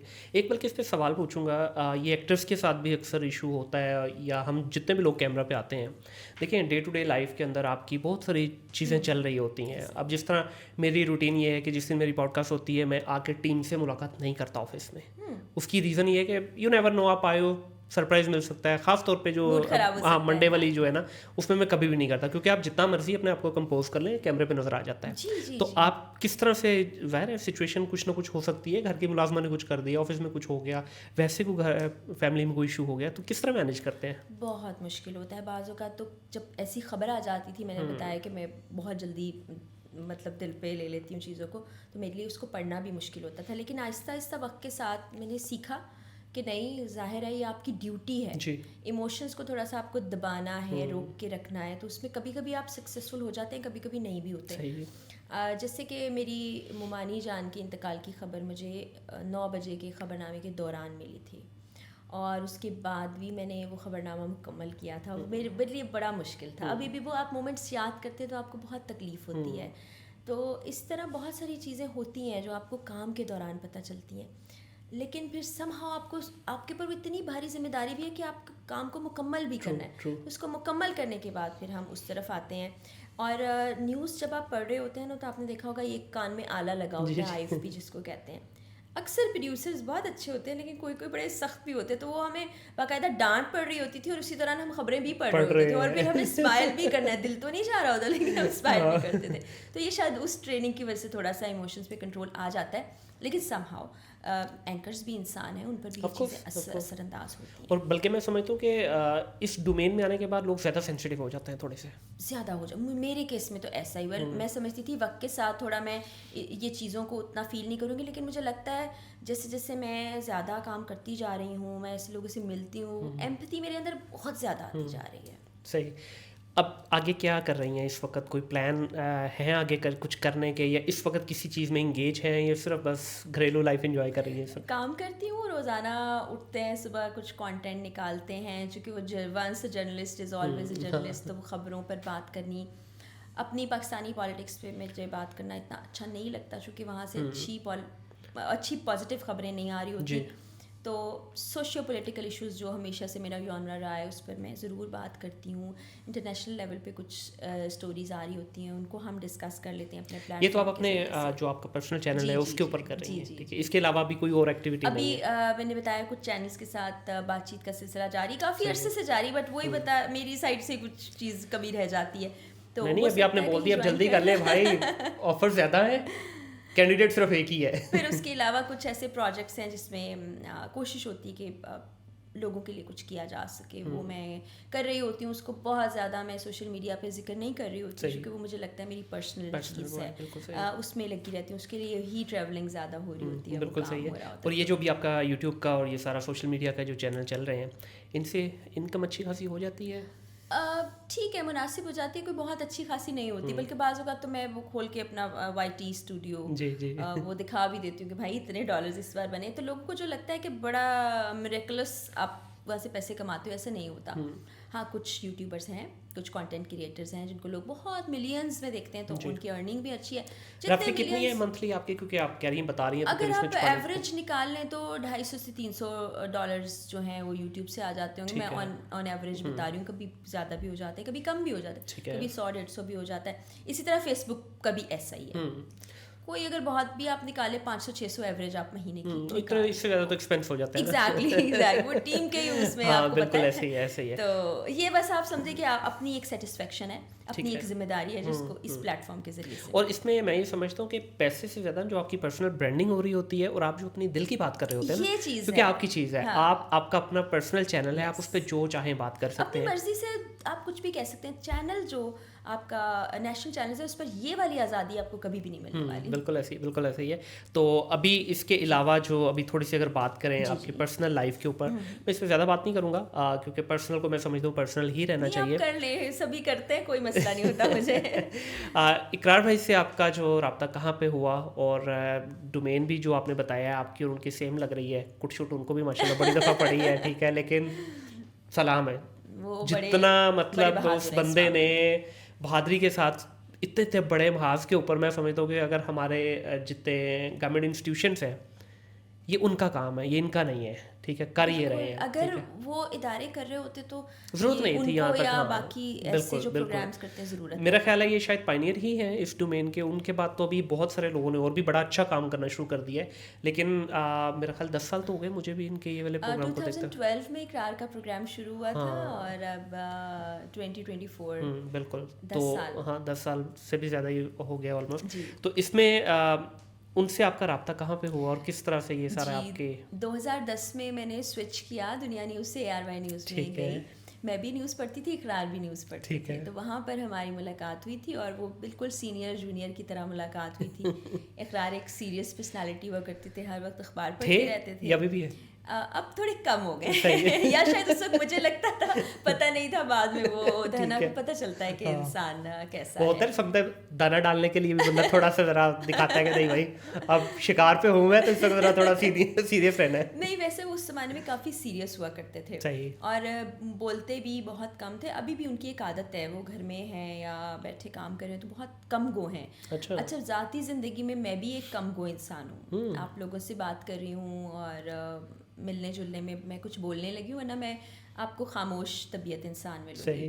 तो वहाँ पर मुलाकात हुई थी मेरी और इकरार की, और जब 2012 में हमारी शादी हुई तो उसके आसपास ही प्रोग्राम सरेआम शुरू हुआ। ठीक है। उससे पहले ARY स्पेशल के नाम से इनको टास्क दिया गया था। तो ज़ाहिर है शुरू में तो जब वो काम कर रहे थे, मेहनत तो कर रहे थे, लेकिन वो पैशन वाली चीज़ बाद में जाके पैदा हुई। क्योंकि जब आप फील्ड वर्क कर रहे होते हैं और आप देख रहे होते हैं लोग किस मिजरी में हैं, कितने उनके प्रॉब्लम्स हैं, तो फिर कहते हैं कि नहीं हम भी कुछ कंट्रीब्यूट करें। ठीक है। तो वक्त के साथ वो इकरार का काम में पैशन इतना ज़्यादा बढ़ गया कि अब मुझे नहीं लगता कि उनको खौफ आता है, ख़तरा महसूस होता है। ये फ़ौरन कुछ अरसे के बाद ही की बात है। तो वो आप ज़रूर ये सवाल करेंगे कि आप परेशान तो नहीं होते? मैं बल्कि अगला सवाल ही ये था कि देखिए जब फैमिली होती है ना, बड़े बड़े मैंने ऐसे मर्द देखे हैं कि जो पूरे इलाके में लड़ जाते हैं, लेकिन जैसे ही फैमिली होती है, बच्चे होते हैं, फिर आप उनके बारे में ज़्यादा सोचने लगते हैं। इवन ड्राइविंग की अगर बात करें, हर यंगस्टर रैकलेस ड्राइविंग करता है। The moment he get married धीमा हो जाता है। ठीक है, बच्चे हो गए और ज़्यादा बंदा धीमा हो जाता है, नहीं यार अब इनके लिए। तो आप लोगों ने कोई प्रेशर नहीं आप लोगों की तरफ से उधर? शुरू में सब कहते थे, समझाते थे। जो मेरी मदर इन लॉ हैं, वो ज़ाहिर है वालदा के लिए सबसे ज़्यादा परेशान कुन बिल्कुल ऐसे, बाकी सबके लिए तो होता है, लेकिन माँ के जज्बात कुछ अलग ही होते हैं। तो शुरू में सब ने कहने समझाने की कोशिश की, लेकिन बाद में जब लोगों की बहुत दुआएं आ गई, फिर देखा कि ये शख्स तो दिल से ही काम कर रहा है, तो फिर सब दुआओं की सूरत में उनकी हिफाजत के लिए अल्लाह से गुफ्तगू करते हैं, बाकी अब उस तरह से कहते नहीं। सही। अच्छा, आपने भी क्योंकि ये जर्नी में रही, इकरार भाई भी हैं, आप लोगों को आपके इदारे की तरफ से कितनी सपोर्ट होती है? क्योंकि जिस महाज पे आप लोग जाते हैं वहाँ बगैर आप टीम के, बगैर सपोर्ट के, तो डेफिनेटली वो तो फिर खुद को मौत को दावत देने वाली बात है। तो पीछे टीम का कितनी सपोर्ट होती है आपकी टीम में? तो जैसे मेरे प्रोड्यूसर हैं, कैमरा पर्सन हैं, ड्राइवर हैं, वही लोग होते थे। ये कोई तो क्रू है, लेकिन सिक्योरिटी हमारे साथ कभी भी नहीं रही है। हम बहुत टफ इलाकों में भी गए हैं। वो फिर आपका और अल्लाह का ही मामला हो जाता है, उसमें इदारा कुछ भी नहीं कर सकता। अगर वहाँ पर आपको कुछ हो जाए दूर दराज इलाके में, तो इदारे तक तो खबर ही पता नहीं कब पहुँचेगी। वो फिर आप की अपनी एक ख्वाहिश होती है, या आपका अपना एक पैशन, काम के लिए आपका जज्बा, या मुल्क के लिए आपका जज्बा होता है। तो अभी इकरार भाई के साथ भी यही है, उनकी कोई सिक्योरिटी वगैरह नहीं है, कुछ नहीं है? मेरे वो ज़्यादा बेहतर जानते हैं, क्योंकि उनका शूट मैंने कभी नहीं देखा। लेकिन मुझे नहीं लगता कि कोई सिक्योरिटी वहाँ पर होती हो, क्योंकि नॉर्मली काम करने का यही अंदाज़ होता है। जो भी इस तर्ज का काम कर रहे होते हैं वो खुद ही कर रहे होते हैं। एट टाइम्स हाँ, किसी ऐसे एरिया में जा रहे हैं तो करीबी पुलिस को इन्फॉर्म कर दिया जाता है या उनको साथ ले लिया जाता है, ये ज़रूर होता है। लेकिन इदारे की तरफ से मेरा नहीं ख्याल कोई सिक्योरिटी गार्ड्स या इस तरह का कोई मामला हो। Coming back to personal life, जब आपकी 2012 में आप बता रही शादी हुई, तो उस वक्त क्योंकि उनकी पहले ही शादी तो ऑलरेडी हुई थी, तो पता था आपको? बिल्कुल पता था, क्योंकि हम साथ काम करते थे। कोई भी चीज़ ऐसी नहीं थी जो मुझे ना पता हो। तो उनकी पहली वाइफ की तरफ से, क्योंकि उस वक्त मेरा ख्याल है कि उनका बेटा भी था, राइट? जी बिल्कुल था। पहलाज 2010 में पैदा हुआ, बिल्कुल। और सब पता था। वो उनके दरमियान क्या बात हुई वो मुझे नहीं पता। लोग अक्सर कहते हैं कि उन्होंने कैसा महसूस किया। मैंने कहा उन्होंने आज तक मुझे नहीं बताया, तो उनके बिहाफ पे मैं भी नहीं बता सकती। सही, बिल्कुल ठीक है। तो वही इस बारे में ज़्यादा खुशी तो डेफिनेटली नहीं हुई होगी, ये तो फॉर श्योर है। ये वही फिर कहूँगी कि वही बता सकती है क्या जज्बात थे, क्योंकि अपने जज्बात की तर्जुमानी मैं ज़रूर कर सकती हूँ, उनके लिए तो वही बता सकती हैं। लेकिन जब हम मिले बड़ी इज्जत से, बड़े प्यार से और बड़े अच्छे तरीके मिले, तो वहाँ आपस में मेल जोल है दोनों का आपका? जी कभी अभी काफ़ी अरसे से मुलाकात नहीं हो सकी, लेकिन पहले मिलना जुलना, घर आना जाना सब बड़े अच्छे तरीके होता था। अभी भी टाइम मिलेगा या दिल चाहेगा तो मिल लेंगे। मतलब अभी थोड़ी दूरियां हैं, तीसरी के बाद हुई है या उससे पहले? नहीं, ऐसा कुछ नहीं, दूरियों वाली बात नहीं है। बाज़ औक़ात जैसे मैंने आपको बताया, मैं ट्रैवल बहुत ज़्यादा कर रही होती हूँ, नहीं मिल पा रही होती हूँ, फिर आप प्रेफर कर रहे होते हैं ज़रा रेस्ट कर लो, या मैं अपनी फैमिली से, अम्मी है, अब्बू है, यहाँ आने के बाद ना उनके साथ मेरा बहुत टाइम। बट अब है इस वक्त सब लोग लाहौर में ही है, राइट? जी सब लाहौर में ही है, क्योंकि पहले तो था ना कराची और वो। नहीं, पहले भी हम साथ, कराची में भी हम साथ ही थे। ठीक है, सही। वहाँ पर भी कुछ लेन के डिफरेंस पर घर थे दोनों, और जैसे कि कोई प्रॉब्लम हो जाती है कुछ, तो आना जाना उसी तरह था। यहाँ पर भी ऐसा ही है। यहाँ थोड़ा सा दूर है, अभी जो अपना घर है वो नहीं बना हुआ, तो ये थोड़ा सा दूर है, लेकिन इतना ही है कि 5-7 मिनट की ड्राइव। तो अपना जो इनका घर बन रहा है उसमें 3 पोर्शन है या अभी भी अलग अलग ही है? मेरा ख्याल है कि अलहदा ही रहना ज़रा बेहतर होता है, हर एक का अलग लाइफस्टाइल होता है, अलग सोच होती है, और मुझे भी यही लगता है कि ऐसे ही बेहतर है कि आप मिलें, अच्छे तरीके मिलें। मुझे लगता है कि साथ रहने में बहुत सी कबाहतें हो जाती हैं, वो कहते हैं ना आँख ओझल पहाड़ ओझल, जब चीज़ थोड़ी दूर होती है तो ज़्यादा बेहतर होता है। तो रोज़ रोज़ का मिलना, रोज़ रोज़ साथ रहना, ना चाहते हुए भी क्लैशेस हो जाते हैं। आप देखें ना, घर में रहते हुए माँ बाप से, बहन भाइयों से हो जाता है, तो फिर इसमें चीज़ हो तो लोगों ने फिर ये भी सोशल मीडिया वगैरह दे रहे, ये हो गया वो हो गया। और जब से ये सोशल मीडिया का सीन ऑन हुआ है ना, उसके बाद तो अब तो मेरा ख्याल कुछ बचता ही नहीं है ना बीच, अब तो हर चीज़ वो तो ऐसी ऐसी चीज़ें बता रहे होते हैं कि आप हैरान रह जाते हैं, अच्छा ये भी मैंने ऐसा भी कर दिया था या मेरे साथ ऐसा भी हो गया था, या मेरी सोच भी ऐसी थी। तो वो अभी मैं देख रही होती हूँ, लोग मुझे लिंक्स भेज रहे होते हैं, खुद तो मैं कम देखती हूँ कि वो किसी ने मेरे बारे में ऐसा थंबनेल लगा दिया, किसी ने कुछ कह दिया, किसी ने पुराने इंटरव्यूज उठाए उसका थंबनेल कुछ लगा दिया। तो ठीक है, सब काम करें आप, व्यूज़ भी लें, लेकिन मुझे लगता है गलत चीज़ों को नहीं पोर्ट्रे करना चाहिए, जो जैसा है आप उसको वैसे बयान करें। अब थर्ड का क्या सीन है जी? ये भी कुछ 4-5 महीने ये मिस्ट्री चली मीडिया के अंदर, लेकिन अब फाइनली आई थिंक सब प्रॉपर्ली डिस्क्लोज। पहले लोग मुझसे भी सवाल करते थे, जब मेरी नॉलेज में नहीं था तो मैं यही कहती थी कि मैं इस बारे में जवाब नहीं दे सकती। तो अब इकरार ने खुद बताया, आपने मुख्तलिफ इंटरव्यूज़ में भी देख लिया, तो वो फैमिली में एक और इंसान का इजाफा। अगला सवाल मेरा यही था कि पहले जहाँ टाइम और जो आपके सारा फाइनेंस 2 जगह बढ़ता था वो 3 जगह हो गया, तो डेफिनेटली उनके लिए तो मुश्किल हो गई, उन्हीं के लिए होगी। लेकिन आप लोगों का भी जाहिर होता ही है ना कि टाइम थोड़ा सा कम हो गया। मेरी ज़ात पर, मेरी ज़िंदगी पर कोई फ़र्क नहीं पड़ा। अगर पहले भी इंटरव्यूज़ में आप देखें, मैंने तो ये कहा हुआ है कि जब शरई तौर पर 4 की गुंजाइश है और हक मौजूद है तो इंसान कर सकता है। अभी भी मेरी वही राय है, वही सोच है, और ये इस वजह से नहीं है कि मैंने एक ऐसे शख्स से शादी की जो पहले से शादीशुदा है। जब से मैंने कुरान पाक को पढ़ना, समझना, उन चीज़ों को देखना शुरू किया तो मेरा जहन बहुत ज़्यादा तब्दील हुआ। बहुत साल पहले मेरी सोच का अंदाज़ अलग था, कुछ साल बाद फिर बदला, फिर मज़ीद बदला, फिर मज़ीद बदला। तो मेरे उसमें कोई जहन में नेगेटिव चीज़, या वो आप कहते हैं ना दुख, सदमा, तकलीफ, वो नहीं। अक्सर लोग ये भी कमेंट कर रहे होते हैं। थर्ड का क्या सीन है जी? ये भी कुछ 4-5 महीने ये मिस्ट्री चली मीडिया के अंदर, लेकिन अब फाइनली आई थिंक सब प्रॉपर्ली डिस्क्लोज। पहले लोग मुझसे भी सवाल करते थे, जब मेरी नॉलेज में नहीं था तो मैं यही कहती थी कि मैं इस बारे में जवाब नहीं दे सकती। तो अब इकरार ने खुद बताया, आपने मुख्तलिफ इंटरव्यूज़ में भी देख लिया, तो वो फैमिली में एक और इंसान का इजाफा। अगला सवाल मेरा यही था कि पहले जहाँ टाइम और जो आपके सारा फाइनेंस 2 जगह बढ़ता था वो 3 जगह हो गया, तो डेफिनेटली उनके लिए तो मुश्किल हो गई, उन्हीं के लिए होगी। लेकिन आप लोगों का भी जाहिर होता ही है ना कि टाइम थोड़ा सा कम हो गया। मेरी ज़ात पर, मेरी ज़िंदगी पर कोई फ़र्क नहीं पड़ा। अगर पहले भी इंटरव्यूज़ में आप देखें, मैंने तो ये कहा हुआ है कि जब शरई तौर पर 4 की गुंजाइश है और हक मौजूद है तो इंसान कर सकता है। अभी भी मेरी वही राय है, वही सोच है, और ये इस वजह से नहीं है कि मैंने एक ऐसे शख्स से शादी की जो पहले से शादीशुदा है। जब से मैंने कुरान पाक को पढ़ना, समझना, उन चीज़ों को देखना शुरू किया तो मेरा जहन बहुत ज़्यादा तब्दील हुआ। बहुत साल पहले मेरी सोच का अंदाज़ अलग था, कुछ साल बाद फिर बदला, फिर मज़ीद बदला, फिर मज़ीद बदला। तो मेरे उसमें कोई जहन में नेगेटिव चीज़, या वो आप कहते हैं ना दुख, सदमा, तकलीफ, वो नहीं। अक्सर लोग ये भी कमेंट कर रहे होते हैं। तो मेरी ज़िंदगी पर, मेरी शख्सियत पर, मेरी ज़ात पर कोई फ़र्क नहीं पड़ा। और घर में भी वही रूटीन है, जैसे इकरार पहले घर आते थे, हम जैसे जा रहे होते थे कराची ट्रांसमिशन के दौरान, वैसा ही है। हम ट्रैवल करने भी जाते हैं, खाना खाने भी जाते हैं, और इस घर में जैसे मैं पहले रह रही थी वैसे ही रह रही हूँ। तो मेरी अपनी ज़ाती ज़िंदगी और इस चीज़ पे कोई असरअंदाज नहीं हुई है। आई थिंक सो ये जो हमारे यहाँ इस चीज़ को थोड़ा सा बुरा भी माना जाता है, ये सारा हिंदुज़म से ड्राइव हुआ है, क्योंकि पहले सारे इकट्ठे रह रहे थे वहाँ पे, तो ये कल्चर इंडिया से है कि नहीं जी दूसरी या तीसरी के ऊपर। आज भी वहाँ पे कत्ल हो रहा था इस टॉपिक के ऊपर, जबकि इस्लाम ने 4 की इजाज़त दी। मैं यहाँ पे ये नहीं कह रहा कि 4 करनी चाहिए, और आपने जिस तरह कहा कि 4 शरई तौर पर उनको इजाज़त है, तो ये बस मेक श्योर कर लीजिएगा कि वो मुफ्ती तारिक मसूद साहब के साथ आजकल ज़्यादा ना मिले। नहीं, कोई मसला नहीं। मैं तो पहले भी कहा करती थी कि बिल्कुल 2 की गुंजाइश है, अब वो 2 से घट के 1 की हो गई तो ठीक है, इसमें कोई मसला नहीं है। दूसरा ये है कि हमारे यहाँ है ख़वातीन इसको एक्सेप्ट नहीं करती, फैमिलीज़ इसको एक्सेप्ट नहीं करती, जो हमारी सोसाइटी है उसकी सोच बिल्कुल अलग हो गई है, और फिर हर घर का माहौल, हर इंडिविजुअल की सोच बिल्कुल अलग अलग होती है। तो आप अपनी ज़िंदगी के जो फैसले करें अपने मुताबिक करें, बिल्कुल आप ऐसे ही है। उनको कैसे लेकर चल सकते हैं।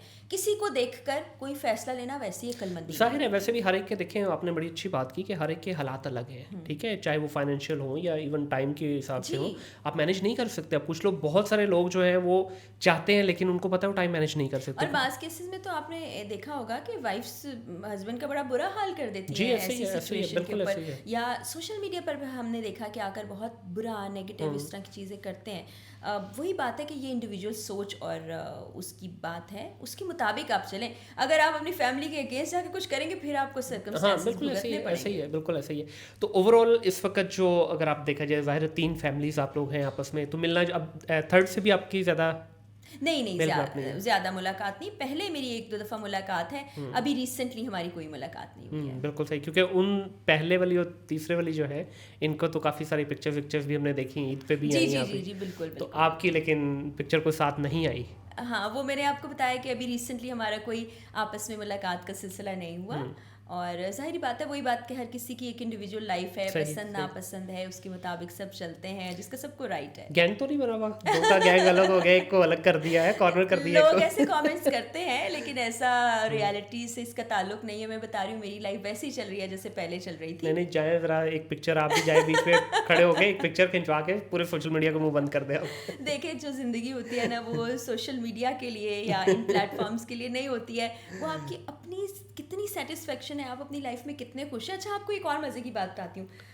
कमेंट्स में ना नॉर्मली आप तस्वीर खिंचाते हैं, कभी आप स्माइल कर रहे होते हैं, कभी आप ना पोज देने के लिए बड़ा आप सीरियस फेस बना रहे होते हैं, तो नीचे ना काफ़ी कमेंट्स आते हैं, ये खुश नहीं लग रहे, इनकी आंखों में बड़ी उदासी है, ये बड़ी परेशान है। पोइट्री का मुझे बड़ा शौक है, अक्सर मैं तस्वीर के साथ या स्टेटस पे या वहाँ लगा देती हूँ पोइट्री। उस पर ये बहुत परेशान है, इनके दुख का अंदाज़ा आपको यहाँ से होना चाहिए। तो ऐसा नहीं है, आप खुद से अंदाज़े या तुक्के लगा रहे होते हैं, ऐसा कुछ नहीं है। मैं हमेशा से अल्लाह ताला की बड़ी शुक्रगुजार रही हूँ कि जो ज़हनी इत्मीनान और दिली सुकून अल्लाह ने मुझे दिया है, और मुझे लगता है जितना ज़्यादा मैं रब ताला के करीब होती जा रही हूँ ना, जितना कनेक्शन मेरा उनसे स्ट्रॉन्ग होता जा रहा है, ये पॉजिटिविटी, ये खुशी, ये इत्मीनान मेरी ज़िंदगी में बहुत शामिल हो गया। अब देखें, अगर ऐसी खबर सुनने के बाद कोई और ख़ातून होती तो शायद ब्रेक डाउन हो गया होता, रोना धोना ये सब हुआ होता।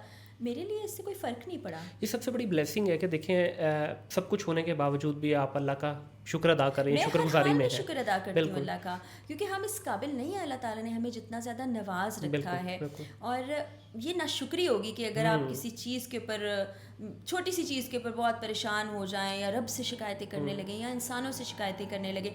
तो मैं इंसानों से ज़्यादा ना अब अल्लाह ताला से बातें करती हूँ, और आप यकीन जाने बड़ा मज़ा आता है, बड़ा इत्मीनान मिलता है। आपकी ज़िंदगी में आपको लग रहा होता है ना, ये पहाड़ जैसी चीज़ आ गई, आप यकीन जाने ऐसे कुछ मोमेंट्स के अंदर वो गायब हो जाता है, वो पहाड़ आपके सर से उतर चुका होता है। हम मुस्लिम्स को देखें, ये सबसे बड़ी ब्लेसिंग ये हमारे ऊपर ये है ना कि हमें किसी के आगे हाथ फैलाने की ज़रूरत नहीं है। एक ही वसीला है, एक ही रास्ता है, एक ही जगह है, उसके साथ कनेक्शन बनाएं। इंसान के आगे रोएंगे, अपना दुख बताएंगे, परेशान होंगे, सबसे पहले तो वो फिर राज नहीं रहा आपका, वो भी इंसान है, कहीं बात कर लेगा। अल्लाह के सामने आप रोएं, आप गिड़गिड़ाएं, आप परेशान हो, आप अपनी तकलीफ बताएं, वो सुनेगा भी, उसका हल भी निकालेगा, पर्दा भी किसी को रखेगा, पता भी नहीं चलेगा, पर्दा भी रखेगा। ऐसा ही। बिल्कुल ऐसे ही है। अच्छा, लास्ट पे इससे पहले कि हम पॉडकास्ट एंड करें, ऑलरेडी ऑलमोस्ट 1 घंटा होने वाला है। पता ही नहीं चला। और आपने जो बात कही ना कि आप बोलती कम है, मुझे नहीं लगा, ठीक है। ये इस तरह चीज़ों में बोल लेती हूँ, लेकिन वैसे आम जिंदगी में अगर आप मुझे मिलेंगे, आप बड़ी खामोश लगूंगी। बिल्कुल सही है। अच्छा, इसमें फर्ज साहब ये बताइएगा कि आप डेफिनेटली जब बहुत सारी डोमेन्स के अंदर आपने काम किया होता है, बहुत सारी चीज़ों के ऊपर आप देख भी रही होती हैं, आपने बात की ट्रैवल की, ठीक है, कि आपने 30 से ज़्यादा कंट्रीज़ के अंदर ट्रैवल किया, तो ख़ास तौर पे मैं ये कल भी एक जगह बैठे बात हो रही थी कि इस वक्त ये जो तड़प है ना मुल्क के लिए या कुछ करने की तड़प, मेरे नज़दीक, मैं गलत भी हो सकता हूँ अपनी सोच में, ये 3 कैटेगरीज में मुझे नज़र आई है। एक जो ओवरसीज़ है, जो रह रहा है बाहर, एक जो रह के शायद वापस आ गया, तीसरा वो जो फ्रीक्वेंटली ट्रैवल कर रहा है बाहर। अदरवाइज़ यहाँ की आवाम तो इस वक्त चिल प्रोग्राम है, उसको तो कोई फ़र्क नहीं पड़ता मुल्क किस तरफ जा रहा है, इदारे किस तरफ जा रहे हैं, हालात क्या हैं, वो अपनी मस्ती में है। आग लगी है बस्ती में, उसको अपनी मस्ती चाहिए। आप क्या समझती हैं कि इतने सारे डिफरेंट कल्चर्स देखने के बाद, डिफरेंट लोगों के साथ बातचीत करने के बाद, डिफरेंट डोमेन्स में पाकिस्तान में काम करने के बाद, क्या लगता है कि कुछ है बेहतरी के चांसेस यहाँ पे भी, या बस ऐसे ही मरकब जाना है इस कौम ने? आप यकीन जानें कि मैं जब भी पाकिस्तान से बाहर जाती हूँ तो सबसे पहले मेरे जहन में ये ख्याल आता है हमारे मुल्क में ऐसा क्यों नहीं हो सकता। इतने टैलेंटेड लोग हैं, इतने अच्छे लोग हैं, इतनी प्यार मोहब्बत रखने वाले मुल्क से लोग हैं, लेकिन उनको ये मौके नहीं दिए जा रहे, बहुत माजरत के साथ और बड़ी तकलीफ़ के साथ। चूँकि देखिए हमारे पास तो बड़ी आसानी से ये मौका मौजूद है कि हम यहाँ से उठें किसी और मुल्क में चले जाएं, लेकिन हम नहीं चाहते क्योंकि हम पाकिस्तान से प्यार करते हैं। पाकिस्तान है तो हम हैं, और पाकिस्तान ने जो हमें नाम इज़्ज़त प्यार दिया वो कहीं और नहीं मिलेगा। हम दूसरे या तीसरे दर्जे के शहरी वहाँ पर रहेंगे। बिल्कुल ऐसे ही है। मगर एक बड़ी तल्ख़ हकीकत है, हमने अपनी माजी की गलतियों से नहीं सीखा। ये सिर्फ मैं किसी इंडिविजुअल को नहीं कह रही हूँ, ये हमारे इदारों को भी कह रही हूँ, ओवरऑल ऐसे कंट्री सारे टॉप टू बॉटम। बिल्कुल उन इदारों के अगर नाम ले लिए जाएं तो फिर आप शायद अगला कोई पॉडकास्ट करते या कोई व्लॉग करते नज़र नहीं आएंगे, लेकिन बड़ी तकलीफ़ की बात है हमने अपने मुल्क को कहाँ लाकर खड़ा कर दिया। बड़ा अफसोस होता है। एजुकेशन की बात कर लें, वही किताबें हम आज भी पढ़ रहे हैं जो 20 साल पहले पढ़ा करते थे। इकॉनमी की बात कर लें, आगे जाने की बजाय पीछे जा रहे हैं। आप सहूलियात देखें, बुनियादी सहूलतें हमसे छीन के रह गई हैं। 30 मुल्कों का ट्रैवल आप बात करें ना, उस वक्त अगर 3 मुल्कों के लिए जितना बजट चाहिए होता था, अभी उतने की एयर टिकट आती है। हमारी करेंसी इतनी ज़्यादा डीवैल्यू हो चुकी है। फिर आप अपने यूथ को देखें, मुझे यूथ से बड़ी उम्मीदें हैं, लेकिन नज़र आता है कि यूनिवर्सिटीज़ के अंदर तालीम हासिल करने से ज़्यादा टिकटॉक्स बनाए जा रहे हैं। वो भी करें, वो भी गलत नहीं है, आपकी एंटरटेनमेंट है, लेकिन आप किसी क्लास में जाके अगर किसी से पूछेंगे आपका आगे क्या फ्यूचर प्लान है या क्या करियर आप अपनाना चाहते हैं, आपको जवाब देने वाले स्टूडेंट्स इंतहाई कम नजर आए। नहीं मिलेंगे। आप मुझे बता दें पिछले 10 सालों के अंदर हमने कोई साइंस में बड़ा नाम पैदा किया हो, हमने अदब में कोई बड़ा नाम पैदा किया हो, हमने कोई रिसर्च की हो, हमने कोई ऐसे सेंटर बनाए हो, आपको जवाब ना में मिलेगा।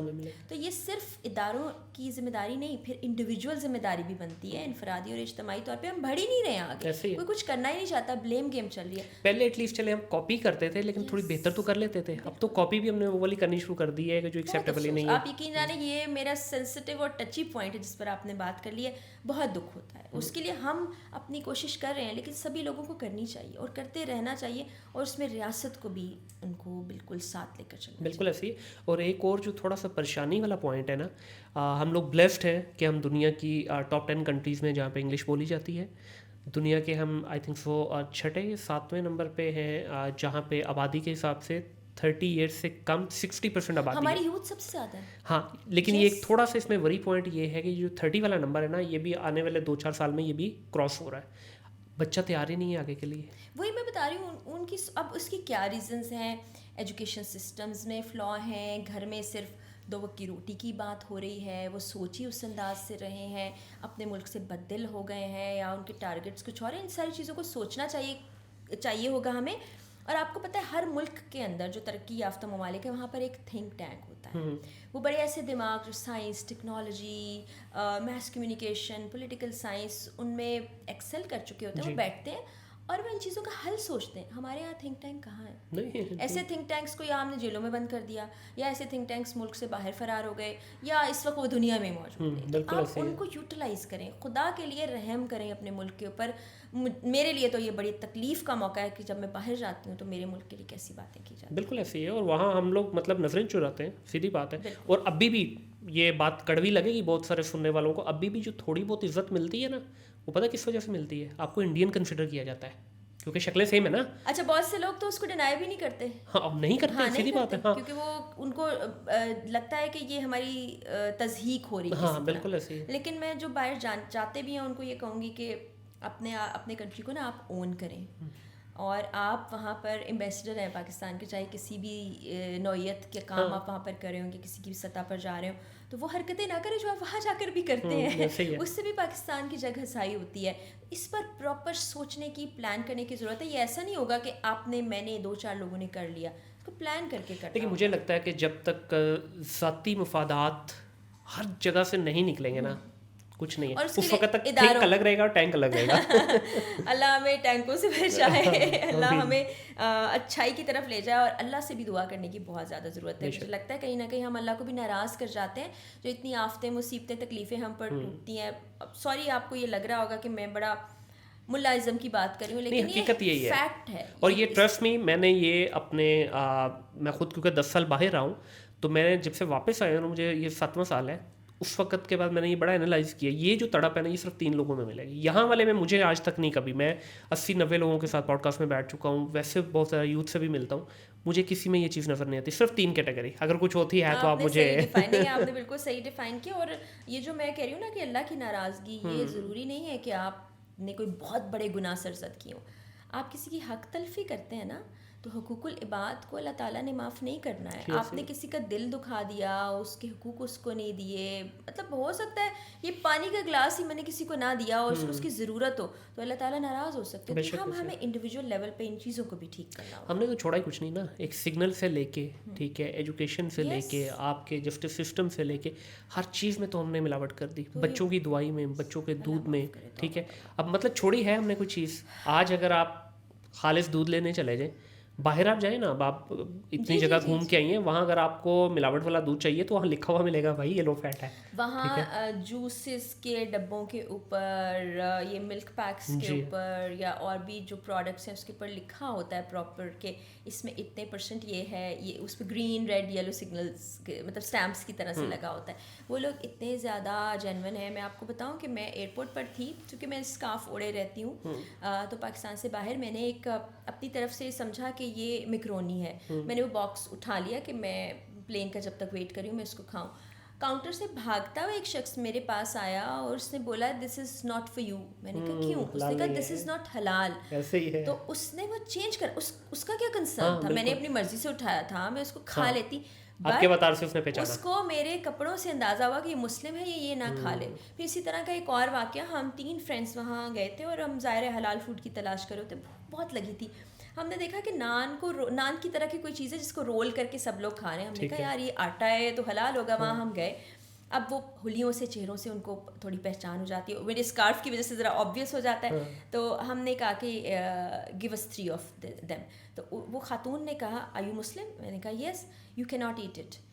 मैंने कहा क्यों? ये तो इट्स फ्लोर। तो उसने कहा नहीं, it's not flour, we are baking it in pork's oil. तो हम हैरान हो गए कि इसको इतना ज़्यादा इन चीज़ों का एहसास है। अगर वो अपना सामान बेचना चाहती, हमें वो नान से दे देती और हम खा लेते।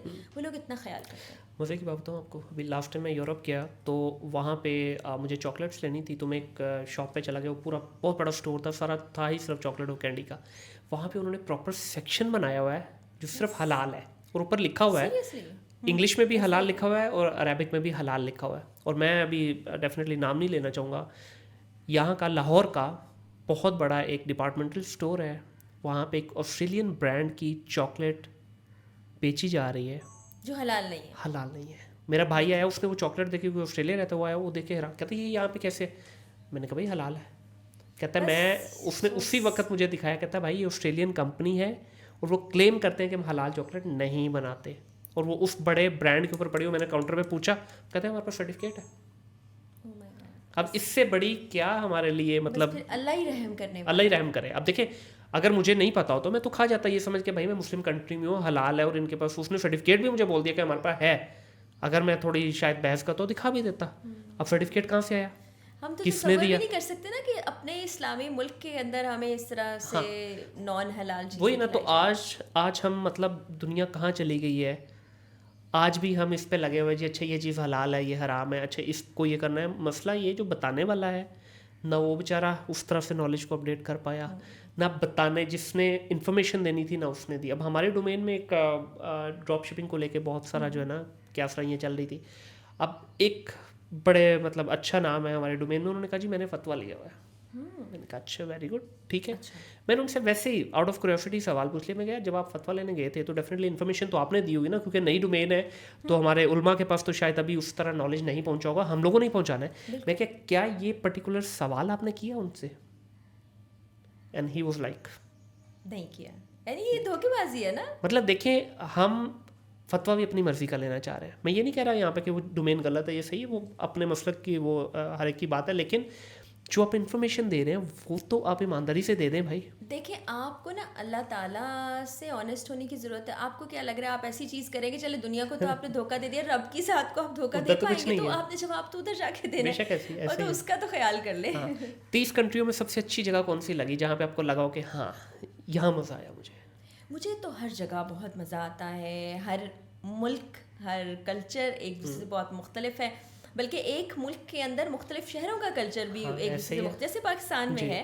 तो मुझे स्विट्ज़रलैंड बहुत अच्छा लगता है। एक लगता है कि जन्नत नज़ीर क्या जैसे है हमारा वहाँ पे? कश्मीर हमारे है। यहाँ मिलता है ना, नॉर्दर्न में कहते तो हमारे हैं, यहाँ पे हमारे भी यहाँ वही है। सब कुछ है, लेकिन फैसिलिटेट नहीं किया जाता एक टूरिस्ट को। आप यकीन जाने में आज अगर ये समझूं कि मुझे कश्मीर जाना है, तो नामुमकिन सी बात है कि मैं अकेले गाड़ी चला के वहाँ चली ट्रू जाऊँ, ट्रू। या मैं रोड्स पे अकेले चलते हुए अपने आप को महफूज तस्वर करूँ। ये बड़ी बदकिस्मती है हमारी। बिल्कुल ऐसे ही लेकिन बाहर आप रात 2 बजे 3 बजे 4 बजे निकल रहे हैं, हिम्मत नहीं हालांकि किसी वो की। मगरबी मुल्क है, हाँ। आपको आंख उठाकर नहीं देख सकते जी, वो। ऐसे ही है। अब आप यूरोप को कितना मादर पिदर आज़ाद समझते हैं। अमेरिका के लिए आप क्या क्या कुछ करते हैं, वहाँ पर पब्स हैं, बार्स हैं, आप वहाँ वॉक कर रहे हैं, लोग नशे में निढाल हाँ, बेहाल सड़कों पर पड़े हुए, लेकिन आप पर कोई जुमला नहीं कुछ नहीं कसे, करेगा। हाँ, क्योंकि बिल्कुल उनके दिमाग में लौ का खौफ है।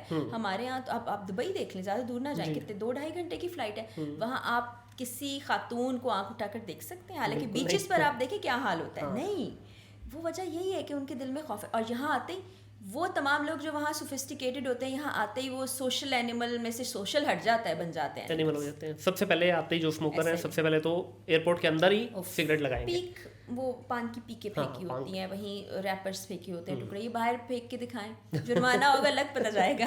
ऐसे ही है। तो जब आप डेफिनेटली एज ए ट्रैवलर, क्योंकि मैं ट्रैवलर आपको इसलिए बोलूँगा कि अगर जो शौक है जितनी जगह आप जी घूम जी, लिए, एक ट्रैवलर के लिए नहीं हो सकता। Yes, I am a traveller. तो एक ट्रैवलर के पॉइंट ऑफ व्यू से जो टिपिकल ट्रैवलर होता है वो तो बड़ा कॉस्ट से भी होके चलता है। मैं भी ऐसे ही चलती अच्छा, हूँ। कॉस्ट से भी जाते तो हैं? जब इकरार साथ होते हैं तो उनको ये होता है कि हर चीज़ ज़रा अच्छा प्रॉपर तरीके से हो। मैं वही बैकपैक वाली ट्रैवलर हूँ, ठीक है। छोटा बैग लेकर साथ जाना है, जॉगर्स पहनने हैं, ट्राउजर्स टी शर्ट स्कार्फ पहनना है, सुबह निकल जाना है पैदल, अच्छा ये इतना डिस्टेंस है, यहाँ पे कुछ खा लिया, फिर पैदल सफ़र शुरू हो गया, फिर सही। अगली डेस्टिनेशन। तो ऐसा ही चल रहा होता है। और ट्रेन्स पर सफ़र करना, बसेस पर सफ़र करना, वहाँ आपको पता है मेट्रोज हाँ, हैं ऐसे ही और है, ये ऐसे। सब बड़ा मज़ा आता है। और आपको वहाँ बहुत गाइड करते हैं, आपको नहीं समझ आ रही, बाज़ लैंग्वेज बैरियर बहुत ज़्यादा होता है, बट इशारों से समझा देंगे, पहुंचा देंगे समझा आपको। देंगे समझा देंगे, वो बड़े फ्रेंडली होते हैं। और सारे मुल्कों का अपना मिजाज है, अपना कल्चर है। बल्कि आप तो अगर श्रीलंका, मालदीव चले जाएं तो वो तो उर्दू भी बोल लेते हैं, हाँ, दुबई में भी सही, उर्दू बोलने ऐसे वाले, ही बल्कि थाईलैंड में बहुत लोग उर्दू बोलते हैं, मलेशिया में उर्दू बोलते हैं, सिंगापुर में भी कुछ मुझे पाकिस्तानी इंडियन मिले जिन्होंने दूसरे लोगों को भी उर्दू सिखा दी। सही। यूरोप में कुछ आपको प्रॉब्लम आता है, जर्मनी में लैंग्वेज बैरियर बहुत ज़्यादा है। यूरोप के कुछ और, चेक रिपब्लिक में भी आपको काफ़ी मिक्स एंड मैच मिल जाता है, बट कुछ जगहों पर आपको बाकी स्वीडन, नॉर्वे, डेनमार्क, यहाँ पर आपको लैंग्वेज बैरियर बहुत मिलता है, क्योंकि वो नहीं समझते। जैसे हमारे यहाँ होता है ना कि एक शख्स यहीं पैदा हुआ, यहीं पला बड़ा, वहीं ज़िंदगी उसकी ख़त्म हो गई, वहाँ पर भी ऐसी बहुत सी जगह है। अच्छा, इसकी एक और भी रीज़न जो मुझे लगी ना, जब मैंने यूरोप में ट्रैवल किया तो मुझे ये लगा कि शायद उन लोगों का अपनी लैंग्वेज से एसोसिएशन, उनकी इवन अरब में देख लें आज भी, प्यार है। अरब में भी वो कोशिश करते हैं Yes. कि मतलब पहली उनकी प्रेफरेंस अरबी होगी, अरबी नहीं आती आपको तो फिर अगर उनको उर्दू आती है उर्दू बोल लेंगे, उसके बाद इंग्लिश की तरफ जाएंगे।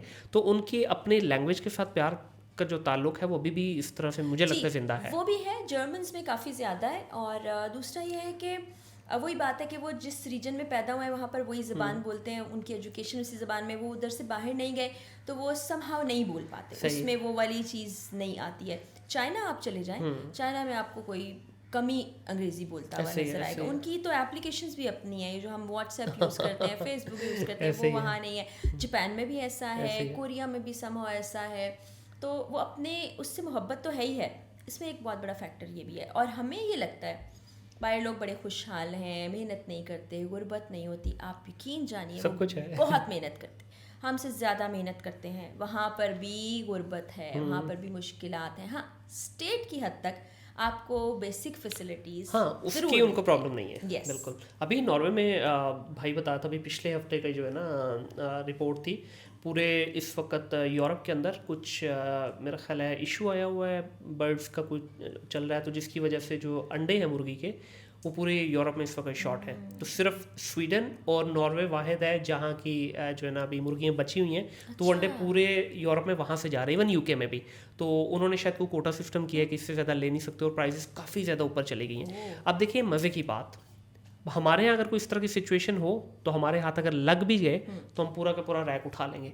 अब वहाँ पे वो क्या है कि लोग भी इस चीज़ को अंडरस्टैंड कर रहे हैं कि यार yes there is a problem, तो उतने ही लिए जाएं जितने हम कंज्यूम कर सकते हैं ताकि बाकी लोगों को मिल जाए। यही जो बात मैं कह रही थी, हमने माजी की गलतियों से नहीं सीखा। वहाँ पर भी आइडियल सिचुएशंस नहीं थी। आप यूरोपियन हिस्ट्री अगर पढ़ते हैं, आप ब्रिटिश हिस्ट्री पढ़ते हैं या अमेरिकन हिस्ट्री, आप देखिए कि किस तरह के लोग वहाँ बसते थे, क्या क्या कुछ होता था, कौन सी जंगें उन्होंने देखी। लेकिन उसके बाद इन्होंने चीज़ों को चेंज करना शुरू किया, इंसानों को प्रेफरेंस देना शुरू की।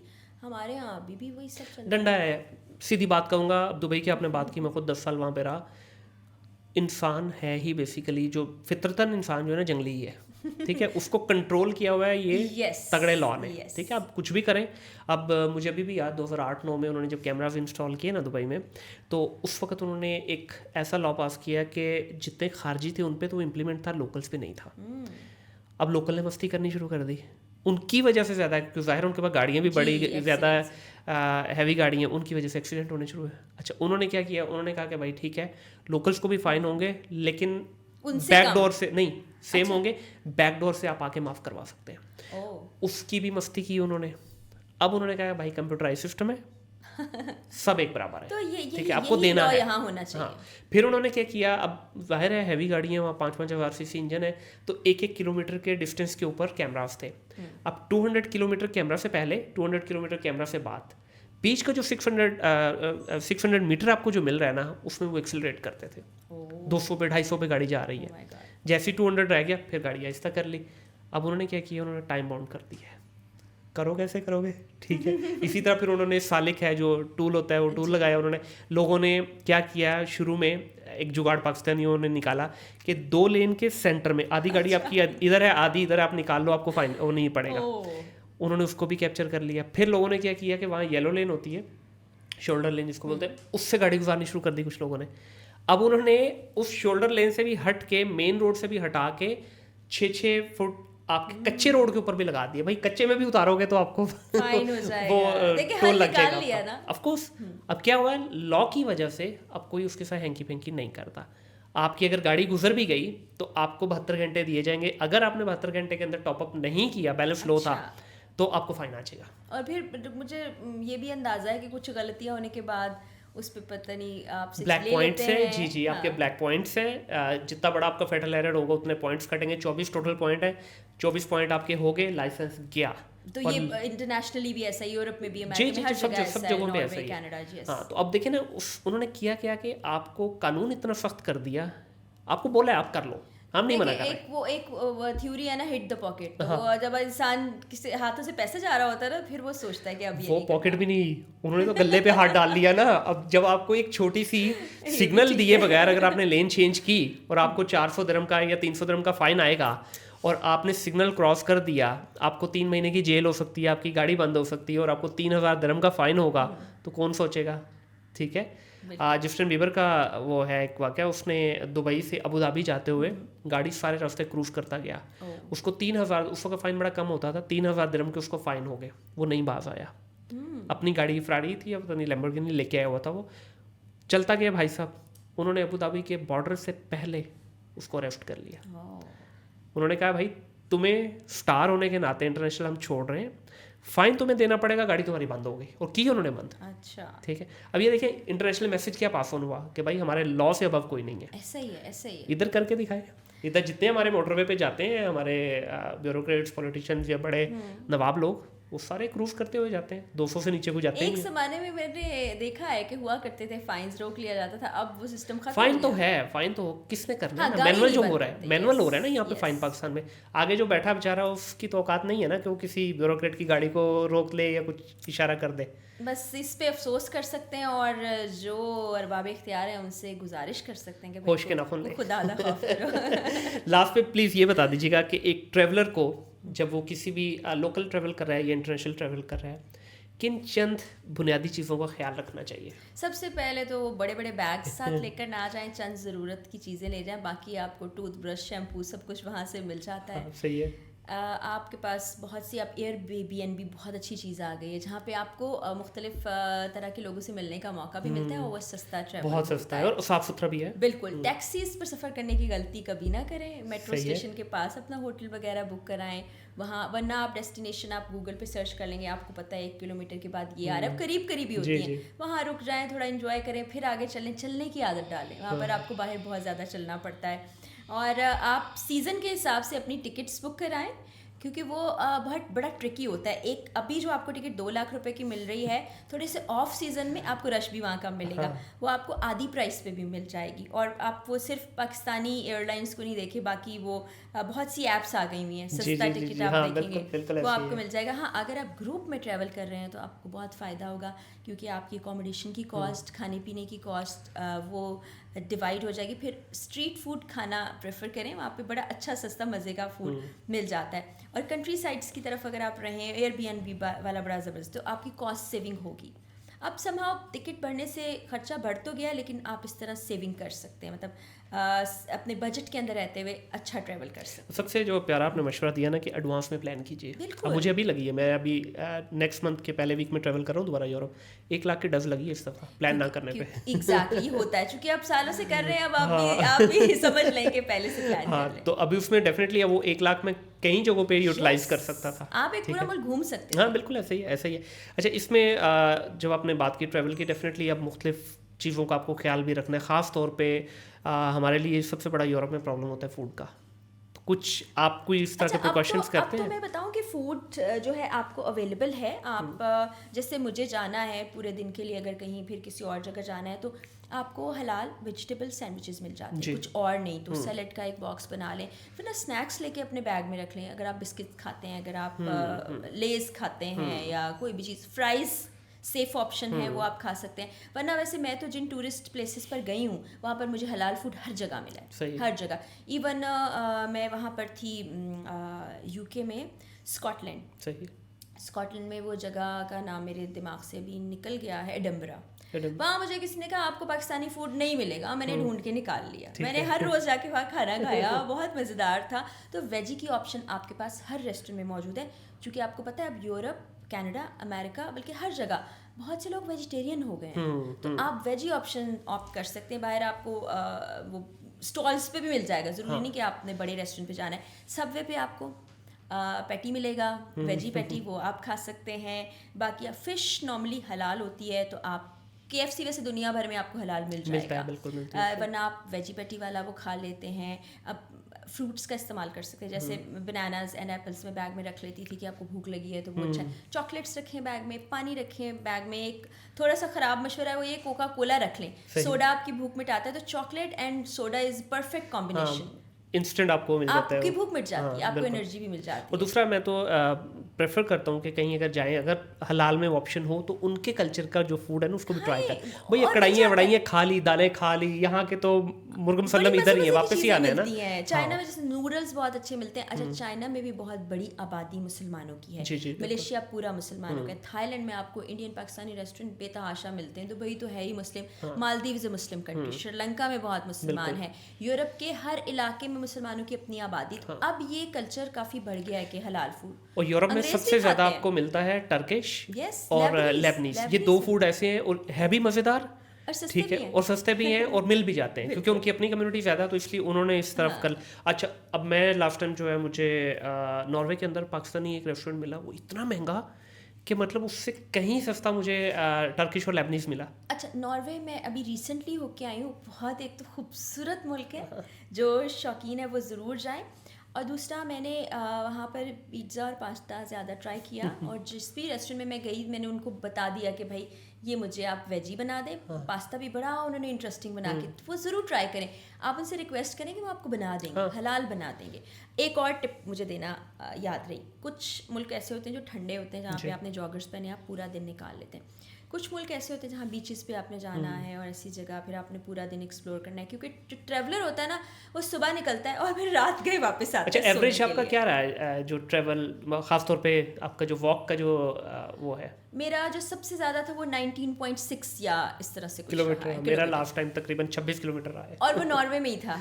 नॉर्वे में मेरा 17 मेरा रहा नॉर्वे है। में था। अभी सऊदीया में मैं लास्ट टाइम अभी 26 जबरदस्त, किलोमीटर आप जीत गए, आप फर्स्ट आ गए। और अभी भी बल्कि मैं स्टार्ट कर दी वॉक, क्योंकि जाना है। आप पहले जी, से जी, तैयारी जी, एक महीना जी, करें ना, जी, वरना तो वरना खौरी है थक वहाँ जाते पे। हैं आप। वॉक और बड़ी ऑनेस्टली जरूरी देखिए, है। आप इतना पैसा लगा के जा रहे हैं, ठीक है, अगर आप प्रॉपर उसको एक्सप्लोर नहीं कर पा रहे, क्योंकि टैक्सियों पे आप नहीं घूम सकते, जो पब्लिक ट्रांसपोर्ट भी है वो आप गलियों में तो नहीं लेके नहीं जाएंगे जा ना, सकते। तो पैदल ही एक वाहिद ऑप्शन मज़ा है भी आपके आता है, आप कल्चर देखने को मिलता है। और जो होटल के लोग हैं उनसे गाइडलाइन लेने की बजाय जो वहाँ का लोकल है, किसी दुकान में बैठा हुआ शख्स या आपको बाहर कोई बैठा हुआ नजर आए, उससे पूछे, वो आपको वहाँ की प्लेसेस मुझे बल्कि ना, बताएगा। मैं अभी लास्ट टाइम जा रहा था तो मैं टर्की से गया, तो मेरे साथ वहाँ पे जो दोस्त है, तो उसने ना, मैं थोड़ी देर के बाद थक सा गया ना, तो मुझे उसने मशवरा दिया था, क्या हुआ है? मैंने कहा थक गया हूँ। कहते हैं स्केचेस में भी थक गए हो तुम? कहते एक काम करो, हम मस्जिद में रुके नमाज के लिए, तो जब मैं सॉक्स उतारी उसने देखा सिंगल सॉक्स, कहता एक मशवरा दूँ? मैंने कहा दो। कहता सॉक्स डबल कर लो। डबल मैंने कहा उससे क्या हुआ? कहता करो ना, फिर बाद में बताऊँगा। ट्रस्ट मी, मैंने वो डबल सॉक्स की, उसके बाद ये 17 किलोमीटर वाला और 25 किलोमीटर वाला मैंने फॉर्मूला सिंगल चला। सॉक्स भी कर लिए, देखे। तो लेकिन एक और चीज, चप्पल अपने बैग में जरूर रखें। लास्ट में, और वो भी कंफर्टेबल वाली, Backpack, हाँ, सॉफ्ट और कंफर्टेबल। बिल्कुल, बैकपैक बहुत ज़रूरी है ट्रैवलर के लिए, उसके बगैर आप समझें कि वो जाके गुनाह कर रहा है। और एक और गलती मैंने भी कई दफ़ा की वो, लेकिन अब समझ आ गई।